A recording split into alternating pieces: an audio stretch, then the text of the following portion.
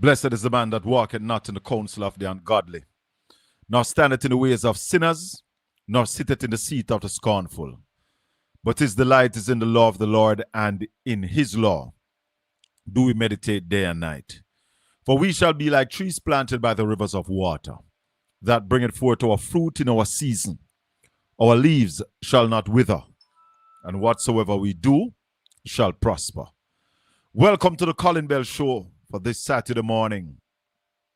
Saturday, make it the 18th day of April in the year of our Lord 2026. Morning, everybody. Morning. Share up the live. Share it up. What a morning.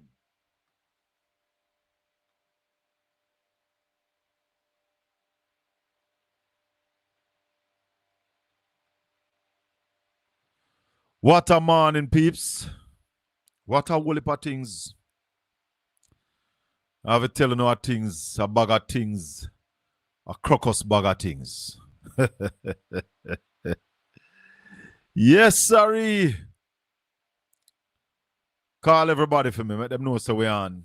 Call everybody. Call them. Call them for me this morning. Because you know something? This morning is one of them morning. Yeah. One of them morning when the truth have revealed itself. And a lot of people are ashamed.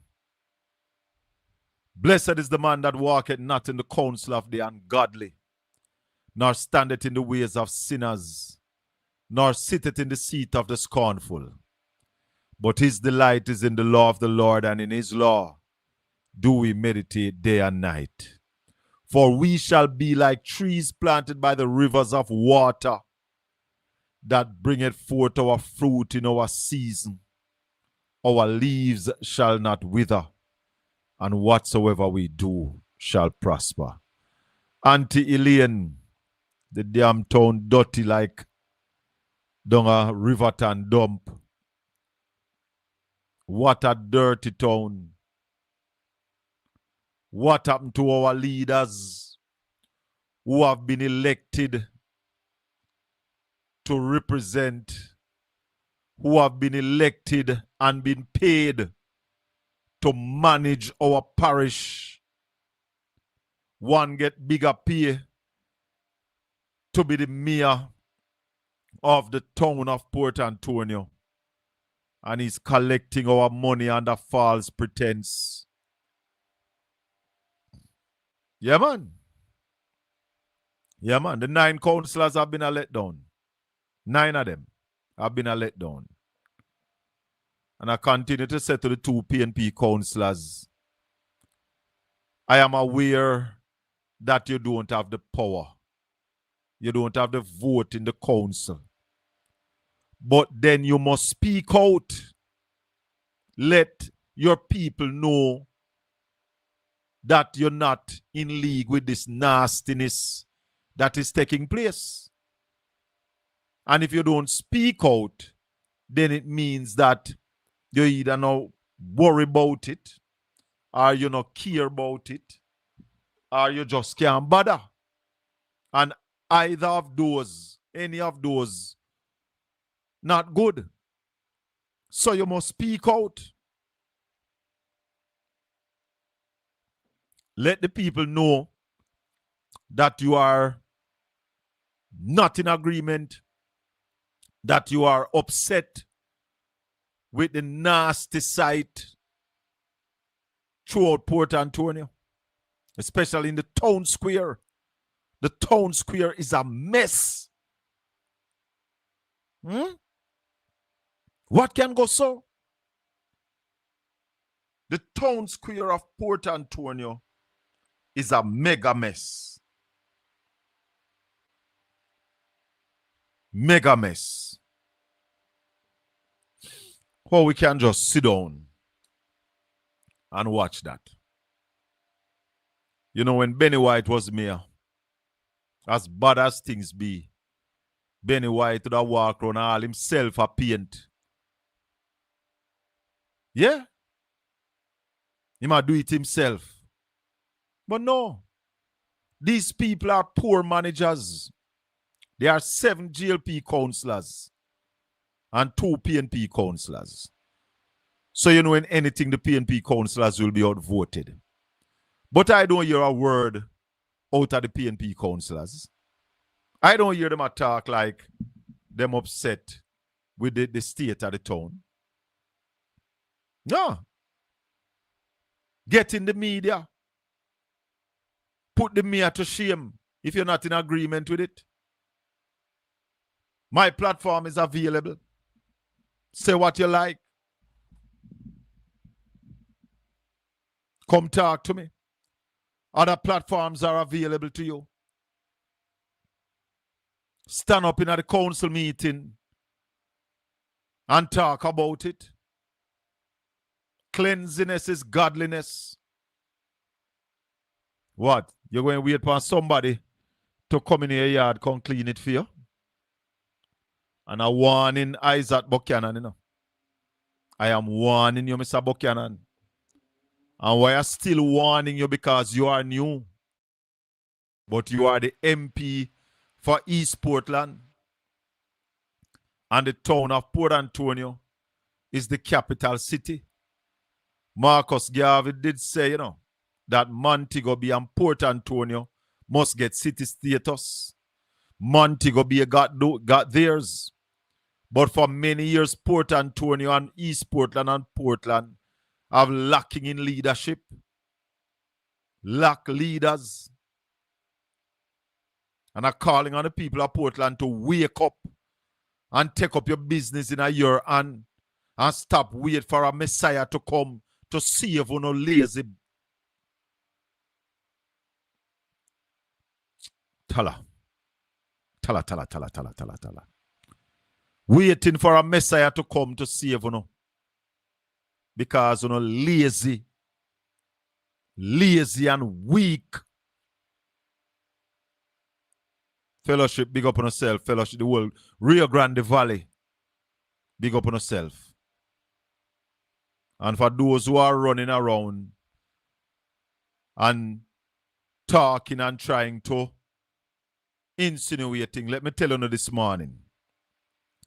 Once the people of Fellowship and the Rio Grande Valley wants Colin Bell to be their representative, Colin Bell is ready. So all out there tell lie, say Colin Bell say him now run back. A lie. I never tell nobody say I now run back. Once the people want me and the party sanction it, Colin Bell is ready. Me tell you now already. Anyway, the party asks me for run within Portland. I don't think me I left out of Portland. I'm not that kind of politician where go run anyway because I want to see it. Hell no. Me want develop Portland. Me want develop Port Antonio. Me want to see Port Antonio become a city. Yeah? That's why I'm going to politics for Portland. So the party can't send me no other parish. I'm not a poor politician or a prostitute politician where you can send me anywhere. Anywhere in a Portland, fine. Outside of Portland, no. Me no want it. I've never sit down and envision, or God never give me no vision for nowhere else out of Portland. Portland. My thing there. Me not a career politician. Me not look money out of politics. The Lord has been good to me and show me many ways to make my money. Celine Brown, morning.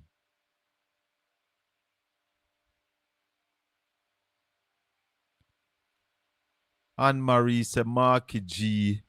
a Croft. Sure. She can't call nobody nothing.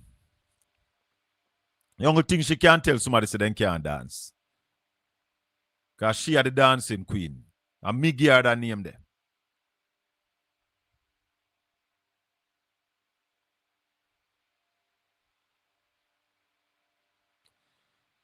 Now, well, you see, the truth is, is not the MP responsible for the cleaning of the town. The cleaning of the town is the parish council's responsibility. The money from the parish council go to the NEPM. But the parish council must also organize how the town is clean, when the town is clean, get additional people to keep the town clean, ensure that the pavements are paved and the dirty water where settle up all about in the town, move out of the town sweep regular. And you see, the man them we are councillor Rasta, the man them not ready. Just not ready. And I want the people of Portland to be careful who not vote for. I don't vote for some idiot. All the little girl where who not vote for against me. No disrespect to young people. But this little girl never opened her mouth yet to even say she love Portland. I see them on a stage and they say, shower labor right. This a vast land. And that I speech where them go make. That are the speech where them go make. You see, when I was a chairman of the PNP for East Portland, and I was in charge, I ensure that Sean Cook, a new representative, of a speech, something where people can listen to. I ensure that Natalie Wright had a speech. Them not just go up and say power, and come off. Them go up and say something where people can hold them by, where people can look forward to. Yeah? Listen Sean Cook when Sean Cook talk as a new politician. Listen Natalie Wright when they speak. Me new to but I have been out there, so people expect things from me. But there's nobody in the GLP in Portland, not even the mayor, nothing to say. Appear idiot them. Set of clowns. The best one is the one we represent Fear Real now. I don't know me speak truth. The best one out of the lot that can go up on a platform and say something to the people is Query or Cleary, whatever I'm name. The rest of them, nothing they have to say, even though they go to school. And as I said to you now, people who go to school, I stop calling them bright, because all the people who go to school are dunce. They swat and pass them exams. So yes, they go to school. But the school now show. The town of Port Antonio too nasty, man. There are two young men in the council who I really had hope for as two young men will go to school. Me know them go to school and good school. Go to university. I want to sit down in the council and make Jumbi a lead, Then if you don't sit down in the council and make Jumbi a lead, then man no Jumbi to man. You have to rise above, brother. If you know the oil, you have to rise to the top. And me who can count. And then the two man got teach field. The little girl will run against me, she got teach field too. Some no one love the town of Port Antonio. Oh no, damn shame. Me I talk to you three now. Me I talk to Artan. Artan him name? Manahan. Councillor Manahan. Councillor Mackenzie. Councillor Green. Una three young people who got teach field. Una no God Almighty shame at the town of Port Antonio. Me I calling out this morning. And let me tell you something. Councillor Mackenzie, he is the uncle of 3 of my children. So he's a family to me, man. But Mackie, man, come on, Mackie, man. Come on, man. You are Manan and Shanik. Jesus Christ, man. Let's say the rest of people, them did a long time and better me call upon Query. Because Cleary is a man who look like. But me don't know, but me not see you neither Cleary. What happened to you? What happened to you? What happened to you? You know, rise up, no man. Get the town clean, man. You know, not just councillor for no division, Let me explain to you. Because you might not know. You are not just councillor for your division. You're a director of the municipal corporation. The 9 councillors are the 9 directors. I want to make the decision. I want to lead. There are people, they are civil servant. They must go after your directive. So I want to set some plans, man. And get the town clean up. Get the town clean up. Man and me are bridging. Me see you in the council talk about Boston Beach. And that's your interest? Boston Beach is one of the cleanest place in Portland. Get the town half as clean as Boston Beach. Half as clean as Boston Beach. Jesus. And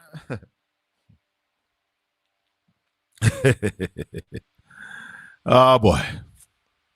Oh boy. I don't know how I run Boston Beach. Remember the parish council used to run Boston Beach before, you know. And run it to a wreck, crash it, mash it up. Not never did it. Eh?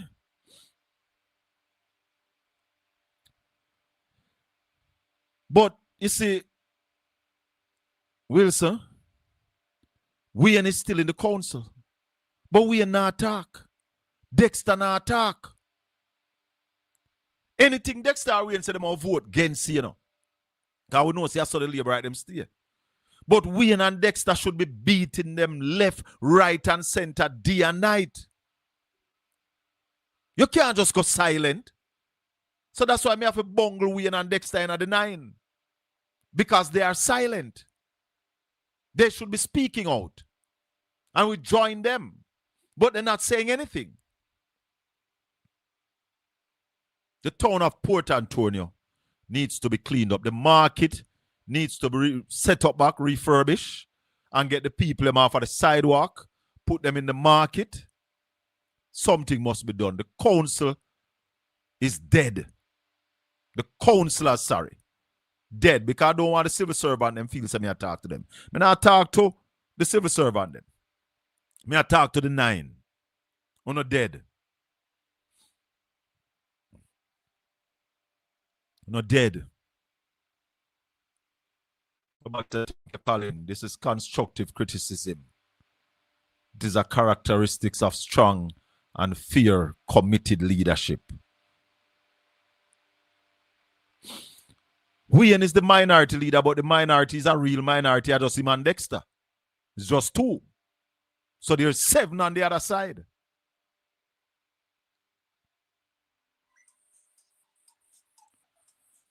We have to do better than that. Hey, me rate you, you know. You know say me rate you? Me rate you. Me not like. No matter how they cuss you, you not stop call PortlandspiceTV. Morning, nephew. Morning, Mr. Bell. How you do, my brother? I am in a war. Me up on a war part this morning. Cause you know you're the warrior. You're the warrior to the idiot government. I call you to say bring something to your attention. But listening in your opening comment, I never know that you is someone who don't speak truth some of the time. Who do what? When I never know that you is someone who give misleading information some of the time, don't speak truth. And when me not speak truth? When I hear you this morning in your opening comment that you're not into politics to make money, and even if the PNP I give you a safe seat in another parish, you're not going because... No, I don't want it. I'm not interested. Me not do no politics out of Portland. Mr. Bell, you know I'm not getting to... Mr. Bell, I know you love your parish poll, and I've seen video of you doing a lot of things to help the homeless people and to help the needy. I grant you that. I give you your props there. But you are in the politics to make money. No, I'm not in politics to make money. I have never made $1 out of politics yet. I'm going to put millions, me put in a politics. Never make $1. I am not me not in there for money. Me Colin, in there for... don't make a wheel. look here, don't make a waste time go down that road because you know you're not speaking the truth. Make What? we move on. Nephew. Record this Colin. morning. Me say me nah do politics out of Portland. Me nah run nowhere else. The only place me that run for representational politics is in Portland. Anywhere in Portland. And there are places in Portland where they would have to convince me to run too. But at Portland, some would have still be a director upon the council. Some would have still maybe take it. Me hear you mention. Yes, Neville? Thank God. Vincent. Man. Go ahead. You me there hear me not gone nowhere. You not hear me? Me I hear you now. Me hear you mention the JLP councillor query. Yes. Say him seem to be a little more sensible than the rest. Yes. Yes. You know that there's a lot of complaint in his division about him, his performance. Yeah, man. You don't hear that? But him and the top people ain't nothing. So him have problem. Because once you're strong, once you say no to the vases, you and them have problem. And I hear that query have said no to them. So query have problem. Colin, you can't send me down to your NP Buchanan office this morning. Go get the groceries to cook tomorrow. Go to the office tomorrow. Film office open weekend. It won't pass Saturday, And if you go there if you go there the right time on a Sunday, you will see him too. There's one thing we can tell you about Isaac Buchanan. Because all Good Friday, Isaac Buchanan in the office. May I tell you that? That's not true, man. You what? know I'm not true. What do you mean I'm not true? I don't ask you because me see him the Good Friday. Me that Jamaican when me go so group, I office me see him. And he and I were here for about half an hour. Me leave him there. I spend about half an hour there and leave him there.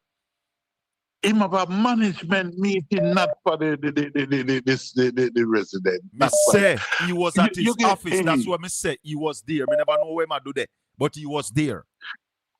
Did you mention like somebody put in a text this morning calling the opposition leader a particular name? Did you mention that? Yeah, me see one message coming at the chat room say she called the opposition leader Croft. Well, Colin. Show respect to our opponent. Why we believe we must call him all kind of name, man? Why we can't show respect to our opponent? People have their right, democratic right, to support whichever party they want to support. Nephew, when you're going to politics, you open up yourself for these things. So, Croft is one of the milder things people call politicians. So, I don't take that meant none. But when we want to ask you, nephew, your party in confusion. When I tell you, say your party can't manage the country, you think it's joke I'm making? You break up, my internet drop a while ago. Me say, your party is in confusion. The finance minister not talking to the energy minister. I don't know about that. Stay tuned. I have two clips. I have two clips we want to play. Because your finance minister... Go ahead. Hello? Yes, go ahead. Dr. Davian King, economist and lecturer. Ralston, tell us I'm an idiot. No, you know say I'm an idiot. Because you remember you and Ralston behave with me the other day when me say me no want put the aisle thing in a Colin Bell and the PNP hand. But Dr. Davian. Go ahead, finish your thought. Finish your thought. Dr. Davian King were more diplomatic, But he is saying that leave aisle alone. You hear me? But the first time you came here about this aisle thing, Neville, you say you never want to go in on a politician and you were talking about both GLP and PNP. But Dr. Damian King, I idiot. Neville, you're gone. Later, I have two clips to play. Ralston tell you, say the man already, Or the backside, you mean, you better win a final. Then if Jamaica no final oil, what happen to it? But Dr. Damian King know the corrupt people them. Good morning. Morning, sir. Yes, I have a question for you, Colin. Yes. About the market in Portland. Is that market been listed under the Heritage Trust? No, not to my knowledge. I don't think so. No. All right, one more question. Was that market built in the 1700s or the 1840s? No, man, that market was rebuilt since I am a youth. And I born in the 70s. So that market was rebuilt. The spot market has been there for a while, but no, that market is not an heritage site. Not recognized as a heritage site.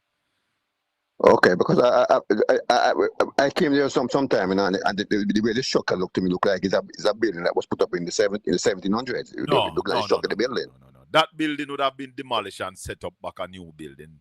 The market was fairly modern before it burnt. Okay. Yeah. Okay. One more question now. When people pay the land taxes, is it supposed to go towards to clean the city and take care of the lights and and drains street and everything light like that? when you license your cars, not just land title, not just land tax. When you license your car and all them thing there, part of those money go to the municipal corporation, and the municipal corporation pays the NEPM in Portland, for that matter, Northeastern Parks and Markets, something like that, to clean the town or to clean the parish. Okay. Not just the town, the parish. Okay. And the reality is, if you don't pay your taxes, they want to come and seize your property. Am I right? But you know something, Carla? A retribution. I take the parish council, Retribution. I remember when I bought a garbage truck, one councillor was a part of the team that ensured that my garbage truck not get no work. And I had to sell the garbage truck. And now garbage is the worst thing in Portland.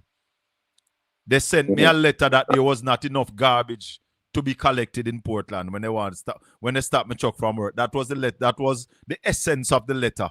There's not enough garbage in the parish. Wicked people them. One more thing, Colin. These people in government, they threaten the citizen when they don't pay taxes. Am I right? Yeah, man, I think so. Yeah, but you're supposed to pay your taxes. And as we know, them can take your property and all that kind of stuff there. Well, Charlie, I have a different view, but I won't say it, you know what I mean? But the point I want to drive at now, the people who pay the taxes in Portland supposed to demand that they do a hard on these people. You know what I mean? And the people who work in the council. Because they're not seeing that the town is not being clean. Flies and rats run over the damn place, bringing disease. You know what I mean? And it's going to affect them and the children in the long run. And then you have no hospital to take care of them. You know what I'm saying? So the people in the community of Portland are supposed to demand that the audit be done and then find out where the money is going. Because I mean, if there's a rat running up and down and flies, and because I've been to Portland already now. I've seen people out there selling their chicken and flies over the damn chicken, and he's selling chicken, and it's what we call it, it's jerk chicken, and you know what I mean, and it flying over chicken and flying to the floor, you know what I mean. Anyway, food that could fly around there, food there's somewhere you know, see two fly around there, me would need there, you know. Colin, listen me. The guy was selling close to a drain when the water was falling down the drain near the market. You know what I'm saying? This guy has no appetite for cleanliness, Colin. I'm telling you right now. You know what I'm saying? I'm not stupid. You know what I'm saying? Yeah. You know what I'm saying? Yeah, I understand. You know what I mean? You know what I'm saying? Yes. You know? So, you know, but the point I want to drive at, the people of Portland need to get to find where their money going. They pay the taxes, and the place is full of rats and all kind of disease flowing over the place. Port you know Antonio is an embarrassment to me. The condition of Port Antonio is an embarrassment to me. Yeah, but Colin, there are people who are employed to keep the place clean and their job, and the people are paying the taxes. And there are people who are employed to ensure that it is clean, and they're not doing the job either. Yeah, and the sad thing about this, these people come in with their car. I call it a banger. They come in a bang when they enter the parliament or the politics. Next thing they're driving out with a BMW in a few weeks, and no work is done in the community. Let me tell Neville something. When me tell Neville say, me not go into politics with money. I mean, not brag, I mean, not show off Neville. But me own a house. Me drive a Prado. Yeah? And a brag, but me just a tell you. Me can put food on my table right now. Me not hungry. Spend money in a politics.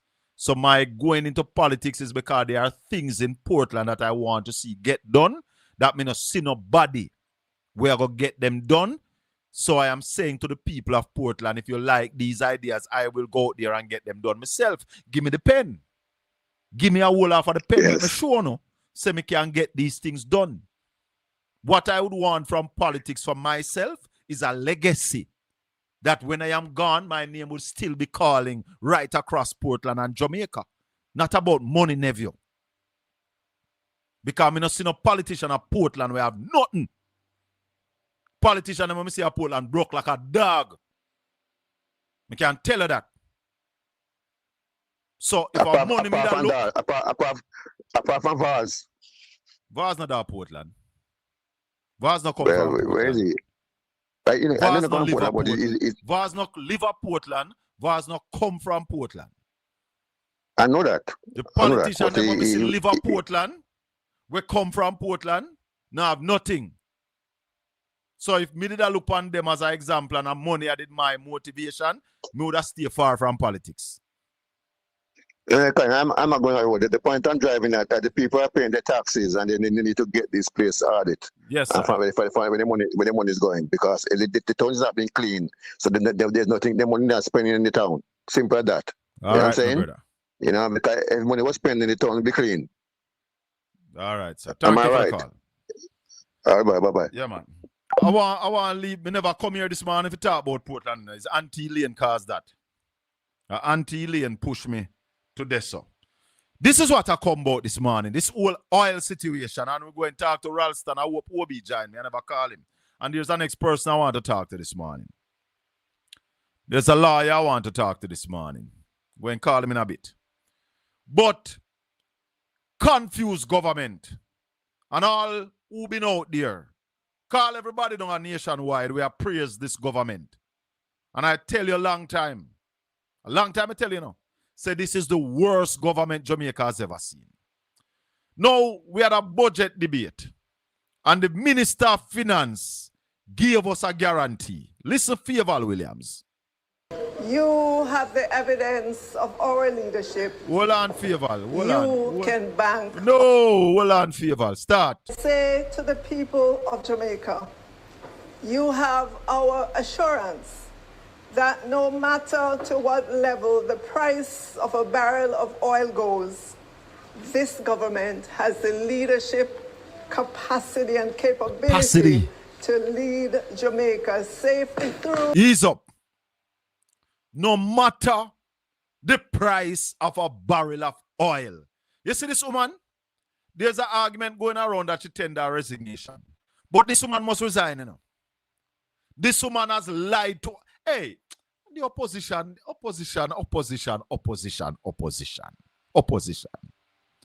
Comrade leader.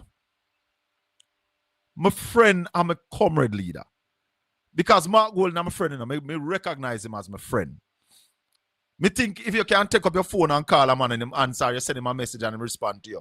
And anyway, him see you and him have a good conversation. It's somebody that is more than just my comrade leader. And the people in the party, that woman here, have misled the parliament over and over. I remember when she tell we say the multilaterals are lend JPS $450 million. We don't hear not more about that. This woman is wicked and dangerous, you know. There's another thing with this woman. Which woman? That woman. This woman. Faval Williams. I remember when the students of Happy Grove was getting home at midnight. And the opposition leader, Mark Jefferson Golden, reached out to her and the transportation minister. And then she come on news, come say the first time she hear about it when Anne Marie Vaz tell her like the day before. That woman here one wicked woman, you know. That woman here must resign. Listen what the woman tell we again. Me I go back from the start. From the start. Say to the people of Jamaica, you have our assurance that no matter to what level the price of a barrel of oil goes, this government has the leadership, capacity, and capability to lead Jamaica safely through any storm, oil price increase, or any other geopolitical issues that come our way. Wicked woman. You have the evidence of... Ease out with your wickedness. Confused government. But me believe Darrell Vaz over this woman. Hear what Darrell Vaz say. Hear what Darrell Vaz say. Me believe Darrell Vaz over Favour Williams. Listen, Darrell. In your face, the government of Jamaica cannot stomach $11.8 billion with all of what we have to do and the contending priorities. Come back again. You hear what Darrell Vaz say? In your face,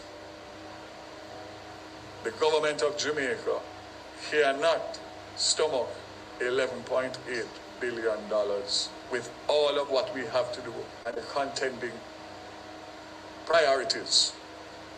And anybody who tell you any different, I'm sure they will after this press conference. Rubbish. No, but Darrell, Darrell, the only thing is we were told it before the press conference. Listen to the wicked woman again. To the people of Jamaica, you have our assurance that no matter to what level the price of a barrel of oil goes, this government has the leadership, capacity, and capability to lead Jamaica safely through any storm, oil price increase, or any other geopolitical... I'm sure they will after this press conference. Rubbish. No government in a situation like this can sustain that. So that will speak to what's happening in the market. And as I said, its pricing is weekly. So it means that we can... To what level the price of a barrel of oil goes, this government has the leadership, capacity, and capability... Come off on my screen. Come off. Come off. You're too dreadful. Wicked woman. The woman go as far as say, we have your back. We have your back.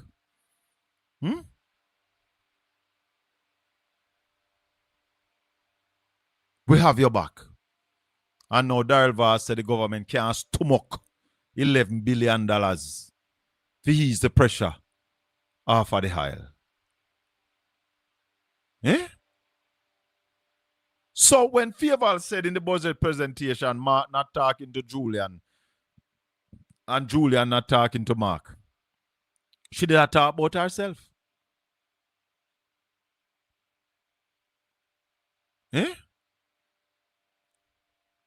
No, Jamrock, them the people that now go talk about this. Cliff Hughes and the nationwide team is a part of the government. They are a part of the GLP communication machinery. So you expect to hear them come out against the GLP or say anything that is not in favor of the GLP. That's why you expect to hear? That will never happen. Then, I see them a run one something with Damian King. Then take people for idiot, you know. Then take people for idiot. These people take us for clowns. Seriously take us for clown. Damian King say, we must leave Hyle alone. Lord have mercy. Mercy me massa. Them people are real?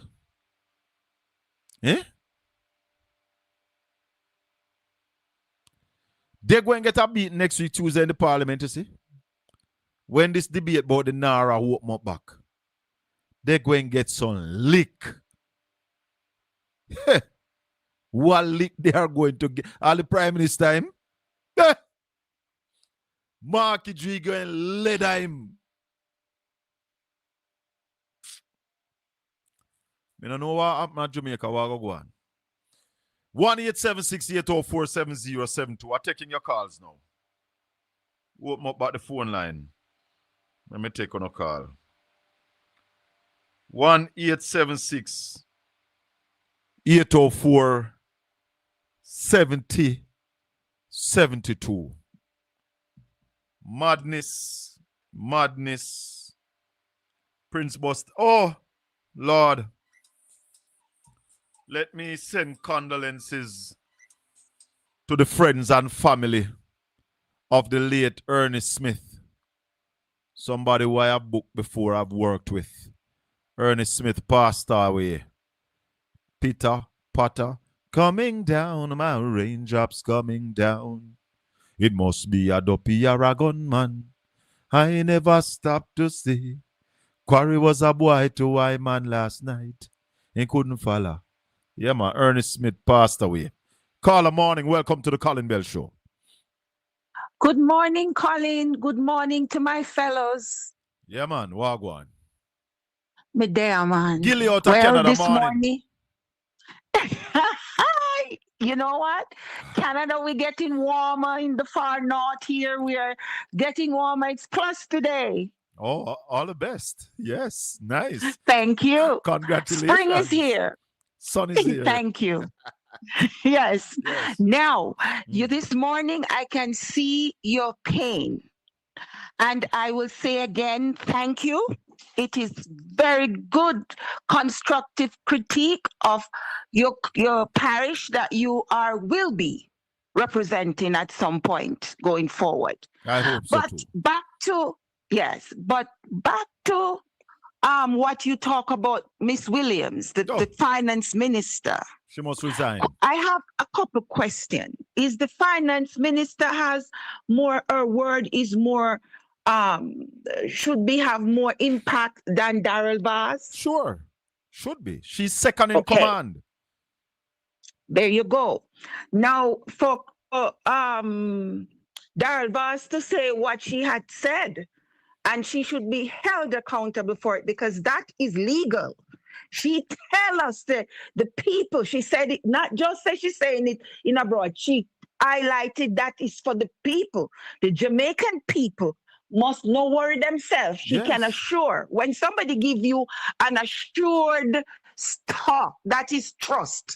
And it is, Daryl Vaz calling it rubbish now. Him said it is rubbish. Listen, so, this lady here, this lady, God. And I'm begging the opposition to call this lady to books in the parliament, you know.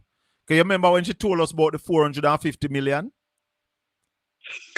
There, and now this lady, you know, if you never hear it, just play it again. Hold on. Me hear it, Colin. We all hear it, but play Jamaica. Refresh us, Colin. Refresh us. Hold on. Because she not just say to the people of Jamaica. Yes. You have our assurance that no matter to what level the price of a barrel of oil goes, this government has the leadership, capacity and capability to lead Jamaica safely through. And then leadership, and then capacity, here where the and next capability. Big man say. Here where the next big man say. In your face, the government of Jamaica cannot stomach $11.8 billion with all of what we have to do and the contending priorities. And anybody who tell you any different, I'm sure they will, after this press conference, rubbish. Talk to me, Carla. Nobody now said nothing after film press conference. Fiscally rubbish is what they said before, prior, and Wayne said no. He said they don't have the stomach because they have priorities. Not the Jamaican people. Quote unquote, his word, not mine. quote unquote, from what you just play on Darrell Vaz, he said the government now no stomach to deal with the priorities of the Jamaican people. They have other priorities. No. That's not what he said. No. No, me not make you correct me, Colin. Correct me. What he was talking about, oil price, right? And like Obi told us 1 week that he's of the opinion that there's a cap on how high Petrojam could increase prices at the pump, 450. And I have the clip, I have the clip. Hold on. Because, yes, Colin. No, hold on. I want to play the context because I don't want you to get it wrong and we not give no wrong information and never like to say good Colin. The devil's advocate. Okay. Go ahead. But listen the context. The government of Jamaica through Petrojam and in coordination with the Ministry of Energy and the Ministry of Finance has taken deliberate steps to mitigate the full pass-through of global price increases, stabilize local fuel prices, especially during periods of high volatility, protect consumers from sudden and sharp increases. Petrojam's pricing committee, which meets weekly, every Wednesday as a matter of fact, this morning was their meeting, continues to monitor market conditions and adjust ex-refinery prices accordingly. While the current mechanism has been effective in cushioning consumers, it has resulted in significant financial losses by Petrojam, $1.3 to $1.4 billion in 4 weeks, which was not passed on to the consumers. So him say Petrojam been holding price.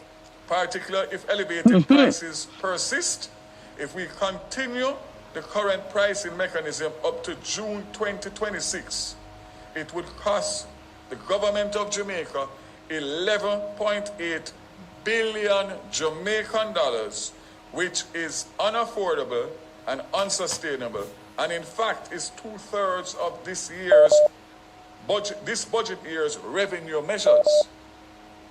So you have to understand the magnitude of the impact. All right, so that is the context. What he's saying is that the price increase that Jamaicans have been experiencing since the war start, if it continue up to June, it will cost 11.4 billion. The Jamaican government cannot afford it. That's what Darrell said. But that's not what Fieval told us. Fieval said no matter how high I'll go, the government has the capacity. So capacity. No wonder like Isaac,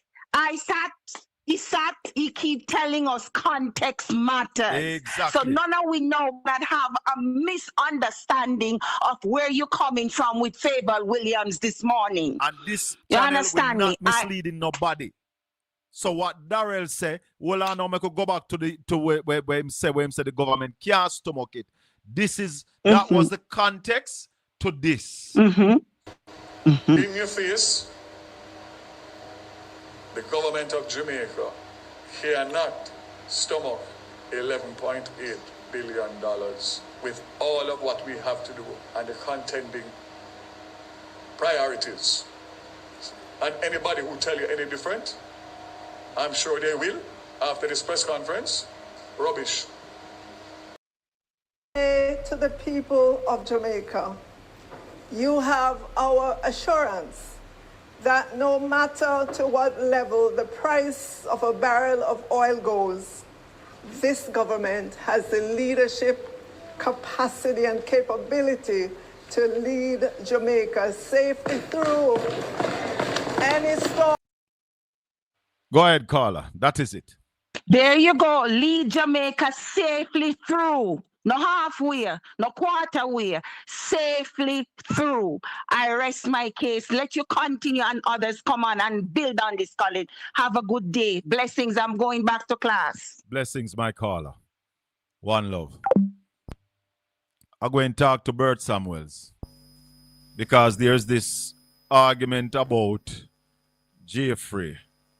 And I have a view that I want a legal opinion on because I believe that the blogger is in trouble. The blogger is in serious trouble. That is my belief. I am no lawyer. I have no legal training. Me's a common sense man. And me believe the man will hand over the illegal firearm to the police in trouble. I don't know how he might get off, but me believe say him have problem. But make we hear when my lawyer views there. I think he was on ER last night giving his views. So let me add him to this call, yeah.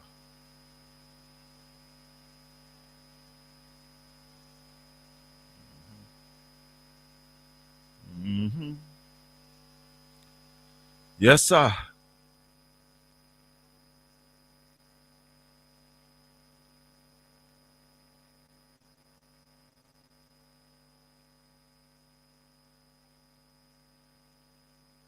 Hold on. Council, morning. Morning to you and your listeners. How you doing, my brother? And viewers. Yes, man. Definitely. I called you this morning, Council, because there was a incident at the Big Wall concert, or the Big Wall after party, where shots were fired.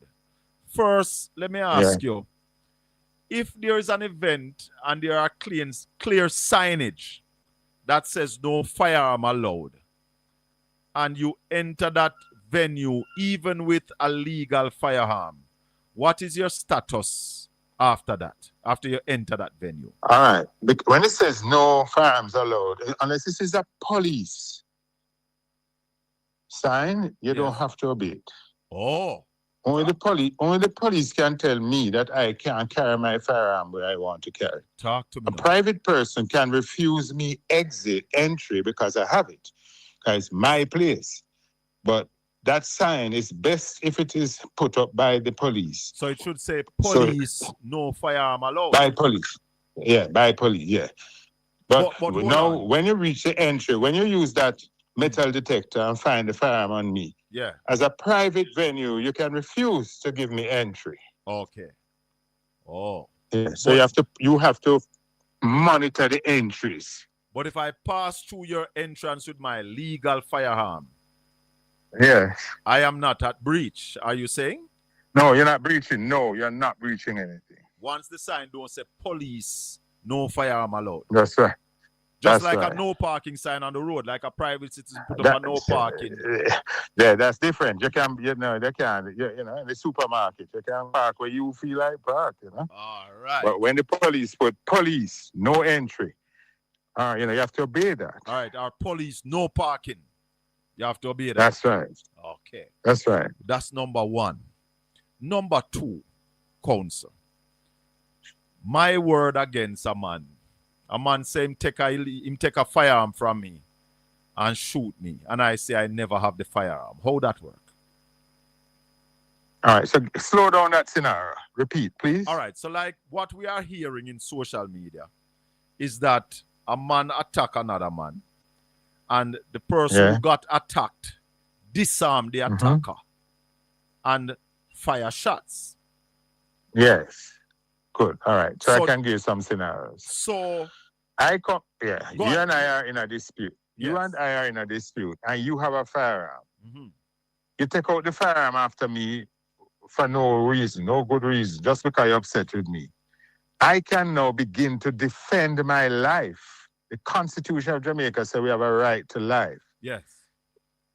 So I know I have a right to wrestle with you and take it. Yes. Now, if I take it from you and the attack is over, I have to be careful, because if I discharge it when there is no threat to my life, then I'm in trouble. So if I take 2 steps back and say, don't move with your own firearm, then that's the prudent thing to do. But if I can't just take it from you and just begin to shoot you, because that's revenge. It's not self-defense. Oh? Yeah. Oh? when the threat is over, you're not supposed to be taking that kind of action. If the threat is over, so you wrestle the man and take it from him and him on the ground. The fact that he had drawn it at you don't mean that you have a right to murder him. No. That's what we say about the police. Right. Even with the police and a citizen, if the police is not under threat, they are not supposed to kill you. Oh. You agree? Agree, Yes, totally. yeah, Totally. yeah, Hands up. yeah. If you take a gun off of the man and him hands up. Yeah. Him supposed to be Yes, the judge, that's it. not the maker. And so that's right. So he has surrendered to you. And the threat, the important test is, was the threat over? Right. But here my concern now, counsel. What if the man who I claim I disarm say him never have no gun, and you draw a gun from your waistband? How? You want the answer to that? Talk to me. Yeah, you have to run for cameras. Yes. And see if you can get video. If not, your word against him in the courthouse. That is how I've been looking at it in our council. Because I said the man not go own that gun. Even if I feel him not go own it. No, but if it's his, now I'm in trouble, because when you go to the ballistics place, it's licensed, it's a licensed gun. That's right. But if it is an illegal gun, not licensed, to any of the two men, it is each of them work against the other. Yeah, but here now, this gets very complicated now. Yeah. The man who had the man who had the gun first and it not licensed, that's 15 years. Yes. 15 years imprisonment. The man who is disarming you because he is saying his life was threatened, him can get away. Because the judge can say you have a right to preserve your life and you can do anything to preserve your life. So remember, if you are in your house and the police break into your house, yes, right? And you see the police breaking and coming into your house, you can open fire and kill them, because your house is your castle. A man's house is his castle. Yes. And all trespassers can be put down. Yes. Legally. You can put down a trespasser legally.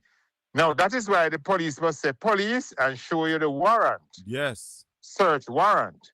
Because to your house, and I'm talking about your castle now. Yes. Yeah, and remember also, when I see a man out there in a police uniform, I don't have to accept that him is police, So I'm supposed to show your credentials. Yes, I can treat him like a criminal in my house. Yes.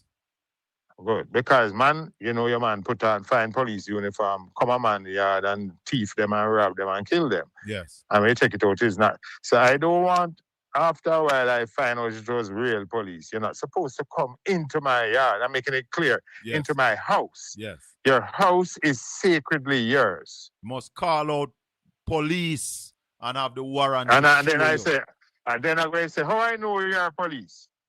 And then you have to tell me, and we have to have a conversation behind the grill or somewhere, Yes. Because I don't want it to be a man pretending to police and come kill me. So in a case like this, Bert Samuels, there was also a legal firearm holder, based on what we are hearing. Yeah. We don't have no evidence. What we're hearing, one of the man had a legal firearm, and he also discharged that firearm. What is his status in discharging his firearm? Good now. Good that you said that. So the legal firearm holder, once he's under threat of violence, he can discharge his firearm. Now he has to be careful because the public is there. Yes. So you have to have a little more restraint than if it's me and you alone on a football field. Right. You have to but once the public is there, he has to be extra careful to act reasonably. You see the word, the law use the word reasonable. Yes. So, and that is why, if a man attacking you and you shoot him one time and him go down, you can't go over him and empty your magazine on him. No. Because they call it excessive force. Right. And the threat is over. And you must use minimum force. That's right. And there's another scenario. I can take up an illegal gun and shoot you and kill you and get away, you know. Yes, explain how you do that. Yeah, right. Because if I am under the threat of violence from you, I can do anything necessary. Malcolm X now. Yeah. I can do anything necessary to save my own life. Yes. Including using the illegal firearm to defend myself. Yes. So along with the defense of self-defense, which is a complete defense. Mm-hmm. You remember manslaughter, you know, you're going to prison. Yeah. But self-defense now, is a total defense. You're gonna get away. I can use any weapon against you if I am being attacked. Mm-hmm. Any weapon, machete, knife, gun. Any weapon. Any weapon. But after you get away of the self-defense charge, can you then be charged for possession of an illegal firearm? Let's say very good question. And that has happened to me already. My client shot a man who was invading his down the road, him chase him and shoot him. And the jury said not guilty. And I said, oh, I'm happy I'm gone. Yeah. And the police come for me now because the gun that he used was his friend's gun. It wasn't his. So he had a license for it. So it becomes an illegal gun. Yeah, and they came and brought my client to court. And when I went to court and explained to the judge, at least no, we only armed ourselves to protect our property and our life. The judge said, where are you going with this? And told the prosecutor to do better than that. And they dropped the case. So, hold on now. So, the gun was a legal gun, but it wasn't your client's gun. That's right. It wasn't his gun, so it was in his possession. It is illegal. It is his friend's licensed firearm that he must keep in, which you're not supposed to do. But you're still getting off. Yeah, remember, if your firearm is in your house, you know, you have control of it. So if it's in your vault and it is illegal, you're in illegal possession of firearm, although you're there at town. And when the police carry you there, say, yes, it's my room, this. Your vault, this, and a gun is in it. Mm-hmm. You have to own it. You're in illegal possession, although you weren't there. So, hold on now. Right. If you have the gun under your car seat, if you have the gun under your car seat, you're in illegal possession of firearm. But it gets worse. It gets worse. Mm. And here the terrible thing about the law now that must be amended. If you take a gun, a stiff piece of cardboard, and make it in the shape of a gun, push it in your waist, and walking down the street and a police search your waist and find the cardboard gun, you're in illegal possession of firearm, imitation firearm, and you get 15 years same way. But that's a new law that just came in the other day. The new firearm. So that must be law. fixed. Yeah. But answer this question. They call it prohibited weapon. Answer this question for me. I am a legal firearm holder. I have a firearm in my vehicle. And I come out of the vehicle, leave my girlfriend in the vehicle, go in a building, and a police see my vehicle park, search my vehicle and find my firearm. Can they charge my girlfriend for illegal possession? All right, no. You have to give me more than that. Where you leave it? Tell me where you leave it. You have to give me more. Let's say under the seat. Under the seat. Under your seat? Under my seat. Yeah, man. No, man. She going to get where, man. Okay. But here I know. You going to get charged. For negligence. Negligence, right. When does a legal gun become illegal, Bert Samuels? Very good. And that's your list. Should learn this. You have a legal firearm, your license and everything. Yes. And you and I having a quarrel, and you point it at me when you were under no threat. It changes into an illegal firearm because you're using it for a purpose not being part of what you're licensed to you, because it's for protection of life and property. Mm-hmm. So you can't say a man is cursing bad word at you and you feel that your life is threatened and point gun on him. Yeah. It becomes an illegal possession of firearm case and it's 15 years that. Whoa. It's good that you're talking about this, because yes, critical. It's hard on, it's critical because ignorance, what Jamaicans call ignorance and ego. A lot of firearm holders, them get ignorant easy because them have gun. Yes. And the last thing you want to do is pull your gun without the necessity of using it. Yes. You don't pull your gun to show off. No. You don't pull your gun to bully people. You're stupid if you do that. You know you have a firearm, so you when the man of course you don't pay him no mind. You walk away. Because when your granny say about stick and stone, stick and stone will break your bone, but words now go hurt you. Can do you nothing, right? Bert a firearm Samuels. holder should be the most intemperate, you know. Yes. You can't have bad temper and be a firearm holder. And that's one of the things when you apply for a firearm, they check out your history. If you're a history of conflict and temper, man, you have man all draw it on them wife, you know. Yeah, man. Yeah, man. Yeah, your wife are quarreling crazy, for firearm. Rubbish. Yeah, man. Crazy. But let's go back to this. And remember a policeman, if a policeman take him for him government issued gun and shoot and point it on you without any good cause, him in illegal possession of firearms, you know, work. Well, you know, if him do a robbery, him gone. Yes. And it's an illegal gun, although it is the gun that he has been assigned to. Yes. It becomes an illegal firearm. So if you're using it for a criminal purpose, right? If you point it on your girlfriend as a police officer, you're gone. Because you want to have sex with her. It's illegal now. The gun moves to become an illegal gun. Let's go back 15 years. Let's go back to this issue though at the big wall party. What on what grounds any of these two gentlemen can get bail? Or how the bail thing look for them? All right, no, that's a good question. You asked about bail. That's a different situation. Yes. The Constitution says every person is entitled to bail before trial. Mm-hmm. And the reason why you're entitled to bail is because when you're arrested, you are presumed to be innocent until a judge try you and find you guilty. So some people think because it's a gun and it's this, him shouldn't get no bail. No. When you go to court, the judge is supposed to say to the prosecutor, tell me why I should deny this man his constitutional right to bail.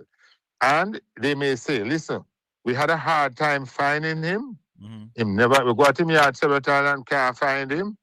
He has been charged for something like this before. Flight risk. He is known to be by the community as a troublemaker. Those are the things that you have to use to counteract your right to bail. Yeah. So you are. When you get bail, it don't mean you're going to get where, you know. No, I understand. A lot of my clients, when they get bail, they disappear and I don't see them again. Until trial morning, you see they come in the office with them lip hang down, you know. Outside of the video evidence that you said that the fact that one man said him take the gun from the next man, and me and you know said the next man I go say me never have no gun worse it's not a licensed gun. Yeah. How are the ways that you can now prove that this gun was in the hands of somebody else? All right, so you see, when the police come on the scene, this is now investigation. Yeah. They're supposed to retrieve the firearm with a glove. Yes. And barely hold the tip of it. Yes. Take it to the laboratory for fingerprints evidence. Yeah. And then they take the fingerprint of each person and see whether it left fingerprints. So that is investigation. Yeah. They're going to find out now from any bystanders who want to give a statement to say what they saw. Mm-hmm. Second level of evidence. Third one, and the best one, is video evidence. Right. If you can. You know, everybody take out them phone nowadays if you can find it. But I am very suspect about the video evidence in this case because we know social media and we don't see not much on social media thus far. If it did they come out already. That's my every man a scatter, man. Every man a scatter. Shut a fire. Yeah, man a scatter. But I tell you now, you are a promoter. You are a promoter. Yes. And you and I need to tell these large events.